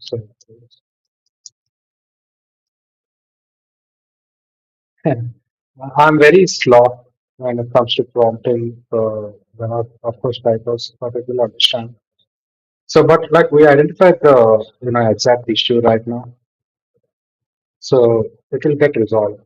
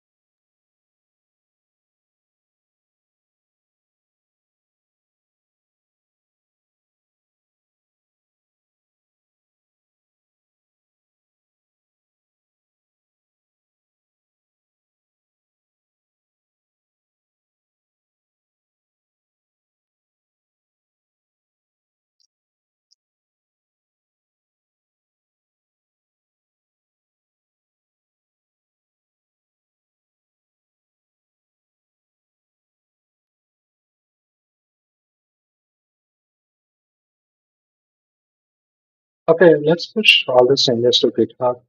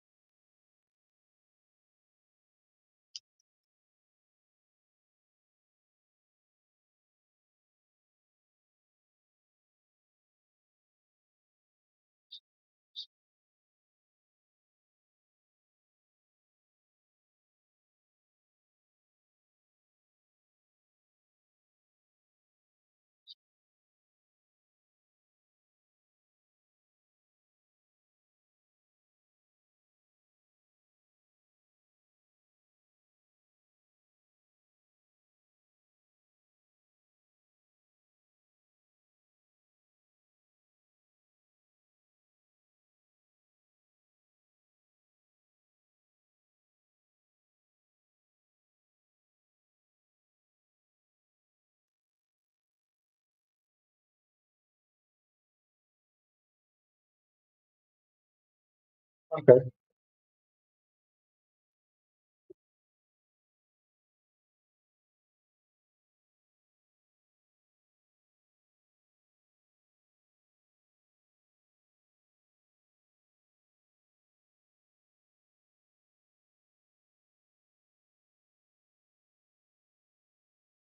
Yeah, there are some compilation errors.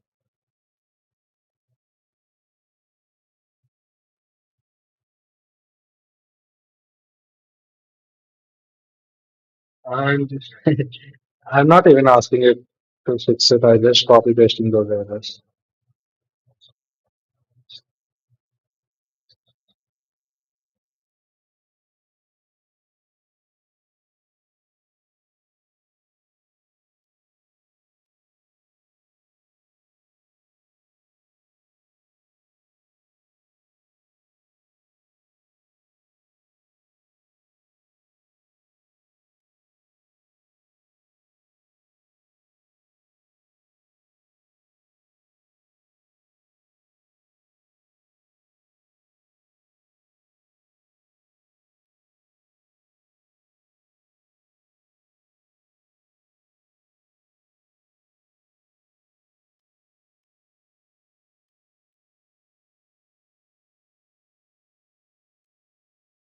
So on the outside, like it looks pretty simple interface, but like at the back end, like like it's making different API calls and it's passing information from through different formats and finally generating a clean document.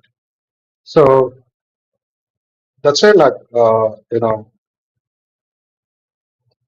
so we're facing the issue at the last step, where the PDF generation is not happening, but it's working in our local. But when we deploy it here, it's not working.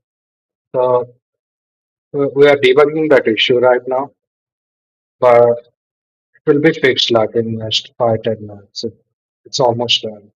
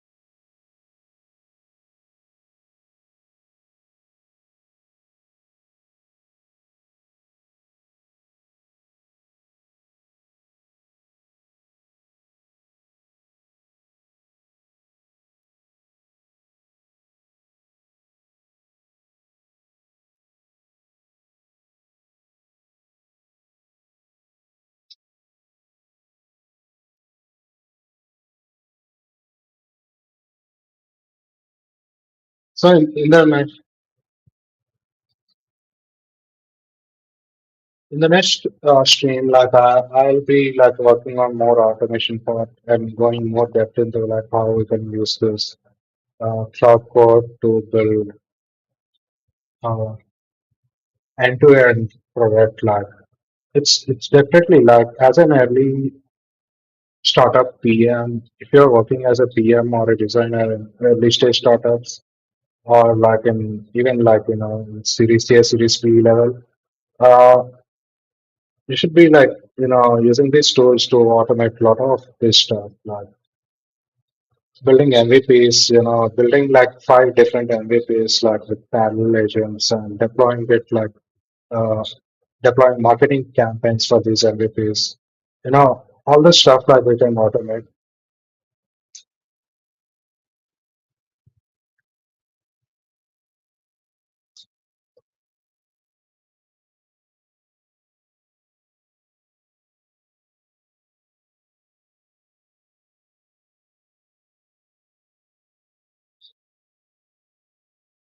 Okay. We push another tool.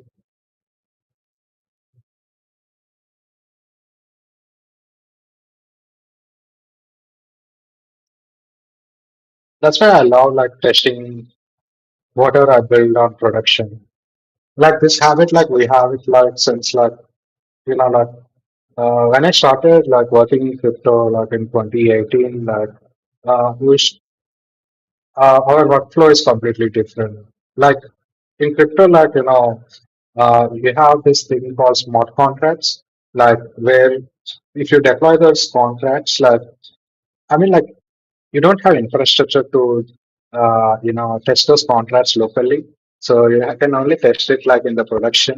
So that's where like we got this like test in production kind of meme like in PMs, like especially in crypto. So we always test like things on production rather than like in local, and that's good actually if you are building early stage companies.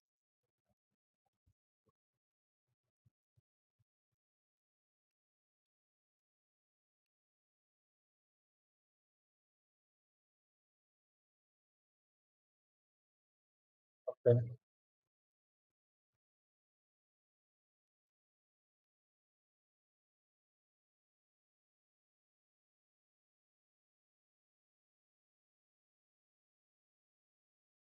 Next time I will organize all these files properly.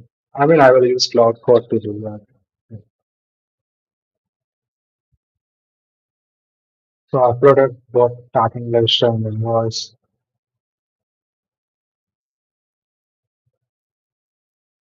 And let's see.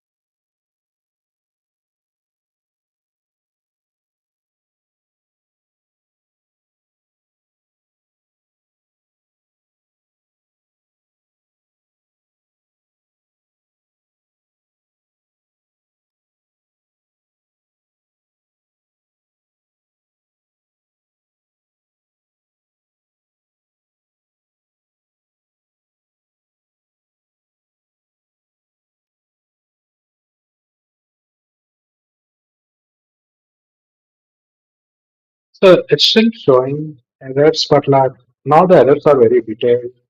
So you can just copy paste it and see.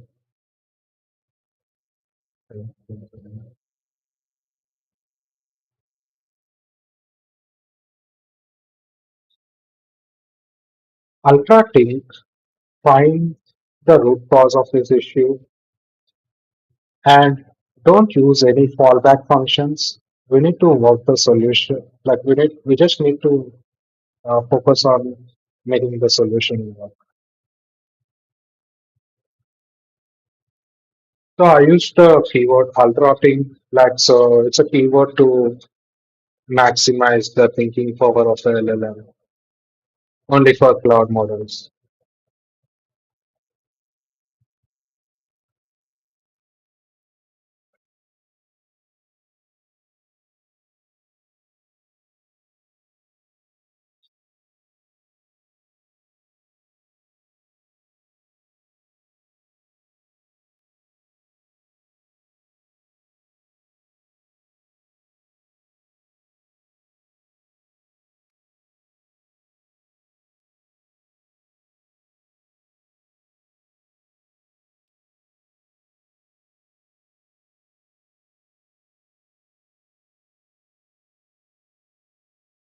So this is the issue that it is using some outdated package.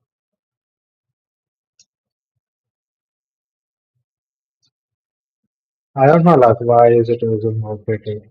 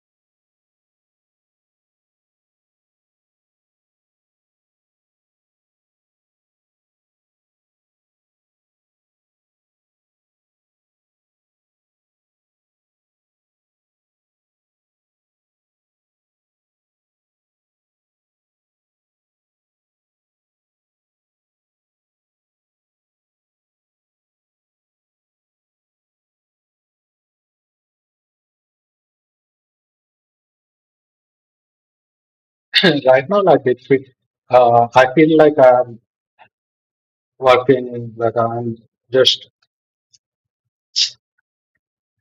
playing with a slot machine. LLMs are like a slot machine only. Like these are non-deterministic, models like which always predict outputs. So like for every same input you give, like it will generate different output. So basically, it's like a slot machine. Unless here my lever is like return key, just return enter. But these are better slot machines. I mean, like in a traditional slot machine, you have winning percentage of 50-50, or like, you have a lot of odds on your side, but like here, like 80% of the time, if you give proper instruction with concise and clear prompt, it works. Even though if it is not working, like you can still debug it. Like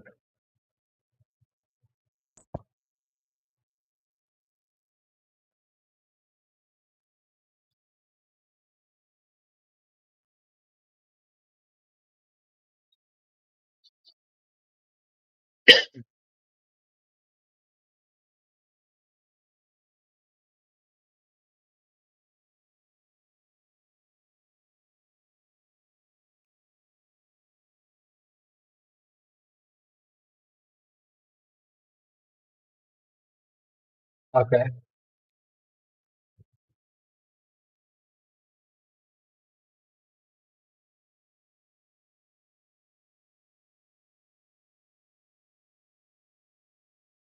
so this is the basic DevOps that you manage as a PM, like managing analytics stack and also like uh, the tools here.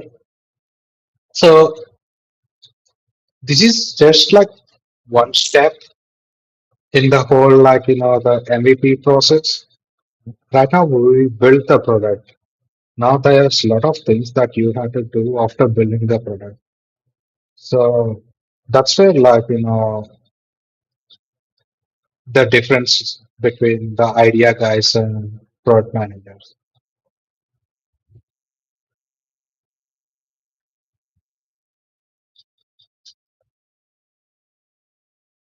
So let's test it out.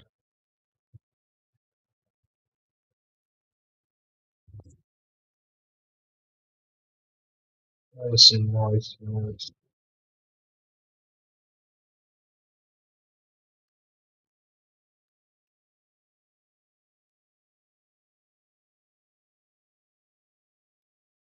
I'm copying the same document because this document has like both invoices, like commercial and packing list. And this also works like an edge case, like, if system can actually detect the text if the documents are in the same folder or in the same document.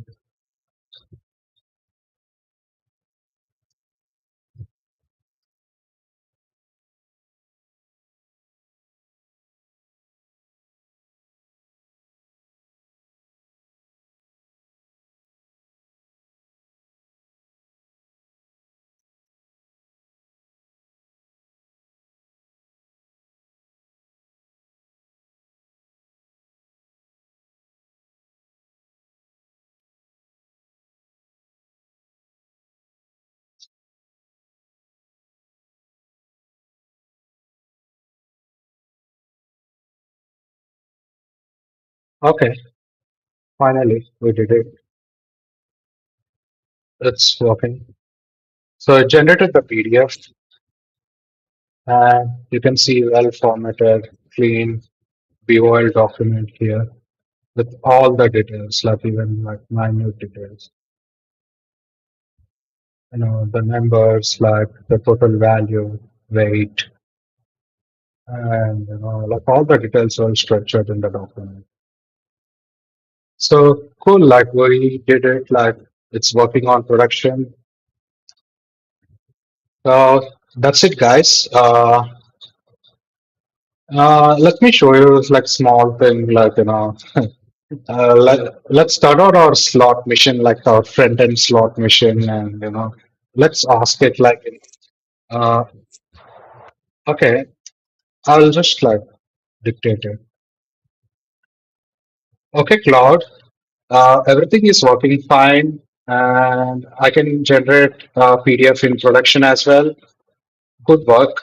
Now, I want the interface to be beautiful, modern, elegant, and like it should be stunning. Like use a background, you know, cover the entire background with a good gradient, and make the like change the status indicators. Like use like a very modern design. I seriously don't know like what I asked for, but like let's see like what it does.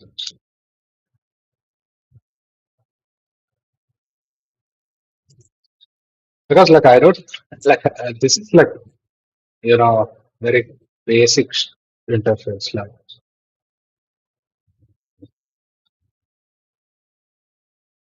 I asked like to like if you read the prompt, like it sounds like a joke. Uh, I want the interface to be beautiful, modern, elegant, stunning. Like I don't know like what all kind of keywords I have used here, but let's see like what it does.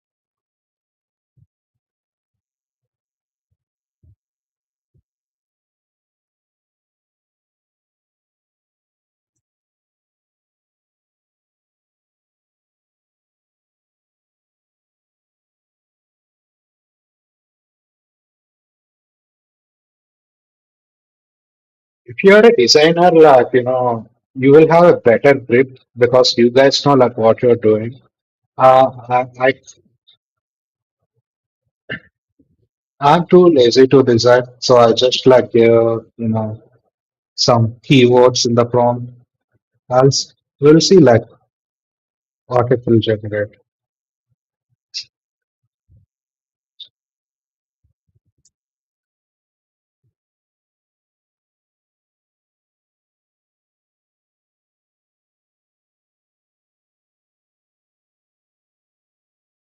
So it is redesigning the main page with beautiful gradient background and modern UI, and it is modernizing processing status indicators like we are seeing, and update file upload zones with modern styling. Let's see like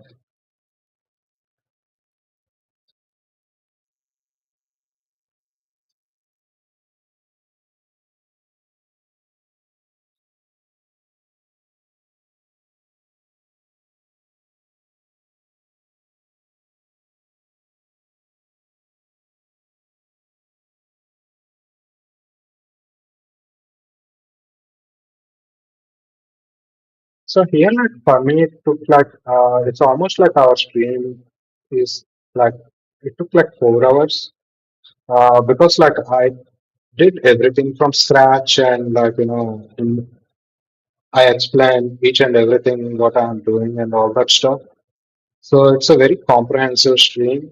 But like usually like for creating this stuff, it will not take more than like 90 minutes max, like 2 hours.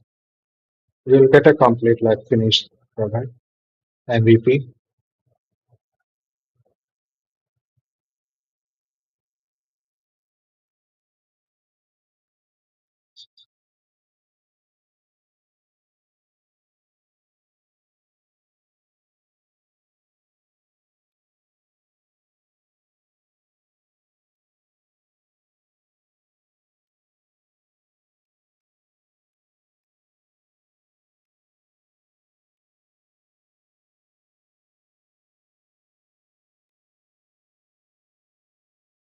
Like like in next like 1 2 months, we should be able to be in a position where like we don't like sitting like this and watching the like what it's doing.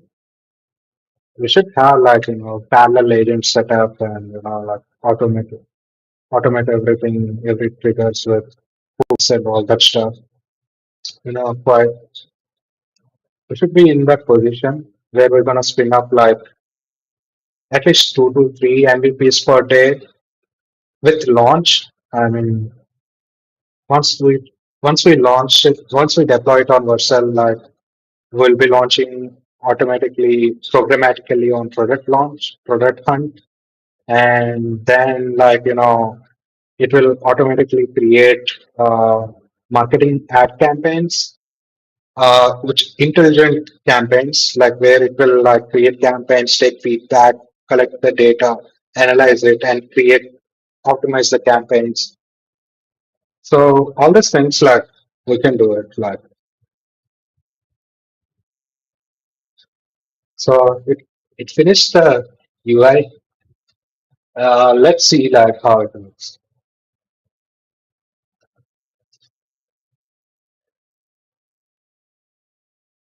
What it did like it used some multi-layer gradients, okay, animated floating elements, radial gradient effects, some glass morphism design. Okay.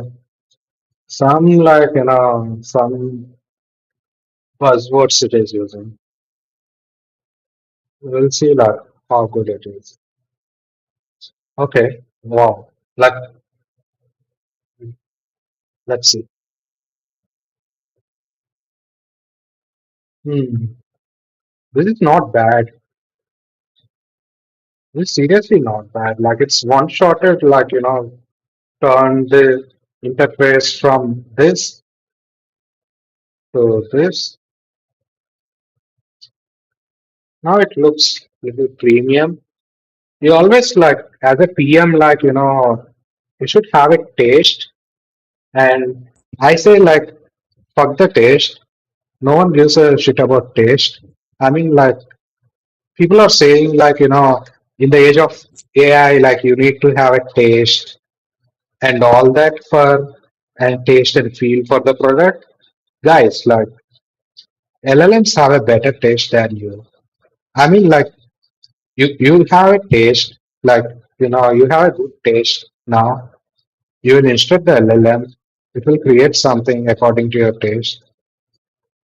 Okay, but beyond that, you can't go like it's still like LLMs. What they can do is like they can iterate 100 times and they can generate better taste. I mean, the better design than what like what you want. So taste is like one bullshit word that is like going around in Silicon Valley, and also like every thought leader on LinkedIn is saying taste is important and all that bullshit. Like you guys, fuck you. Like taste is bullshit. Like LLMs are very good at taste. It's just like they will take extra iterations. And this is one shot, like it did it like this. And imagine like if you keep drilling it down, imagine like the next 100th iteration, like how good it will be. So it used like all the modern stuff here, all the gradients, background, and all that. So let's like test it out.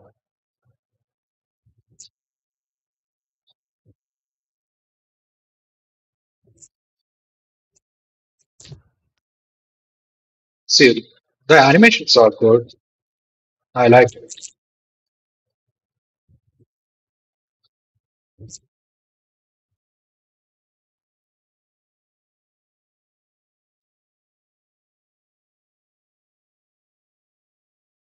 It is giving ghost message, like giving feedback, like updated and all that.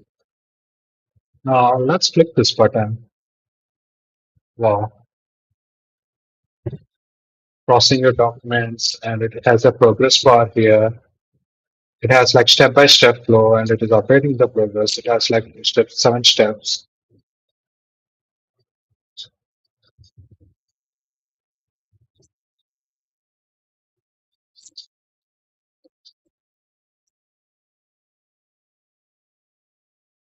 It one shotted the flow, like the design. Now tell me, like, who has better taste, you or LLM? I mean, of course, like you can have your like, what do you call like that? Uh, some of your like factors, but like ultimately, like AI will say fuck you to your taste. That's what I'm saying.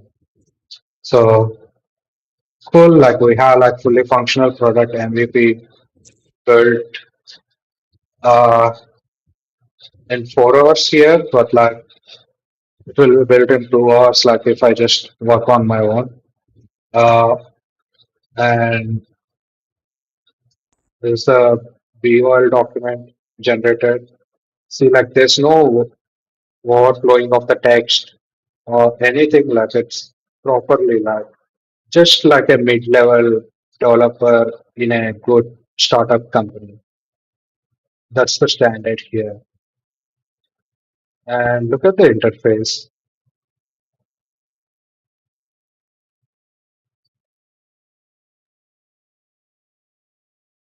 So we change the interface from this to here, this one, and let's test it with a very like I want to test it with one uh, screenshot document. Like let's see like if it can pick up those stuff.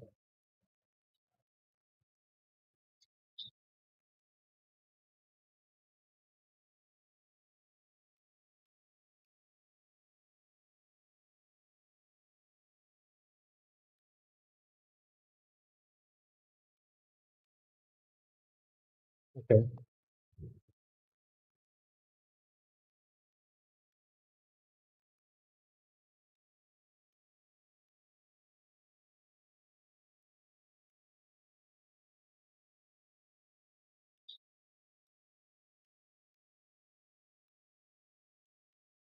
nice.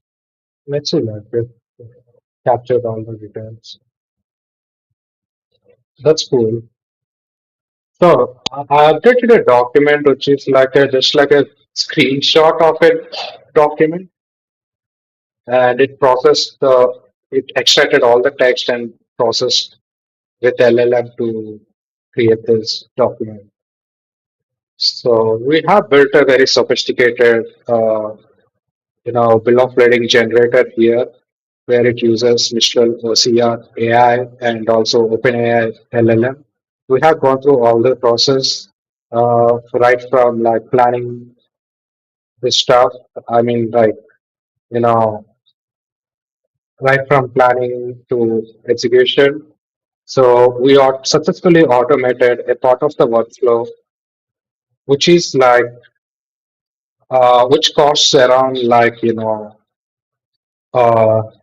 $2,000 to $3,000 per month for just employing one clerk to generate these BOLs, and they need at least like at least like 5 to like 10 people to do this. So we finally automated this workflow,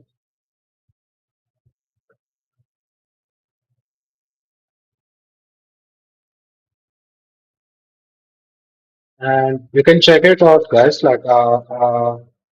I'm just posting a comment with the link. You can play around and test it out and do it. So if I'm like doing this thing, like, you know, if I'm building this stuff like in 2 hours as a non-technical guy, and if you're a PM out there working in tech, if you're not building anything, doing any stuff, then what are you doing? Like where you're spending your time? Just get it, like just build something, like some basic stuff, like something. The workflows are rapidly changing, guys. Like if we want to survive, we have to get like very fluent with these tools. So yeah, I'm going to end this stream, and thanks for joining here. Let's have another stream with a different workflow or like with a different product. Uh, like on the mid of the next week. I'll announce it on the LinkedIn and other channels. See you guys. Thanks for joining. Happy Sunday. Take rest. Bye.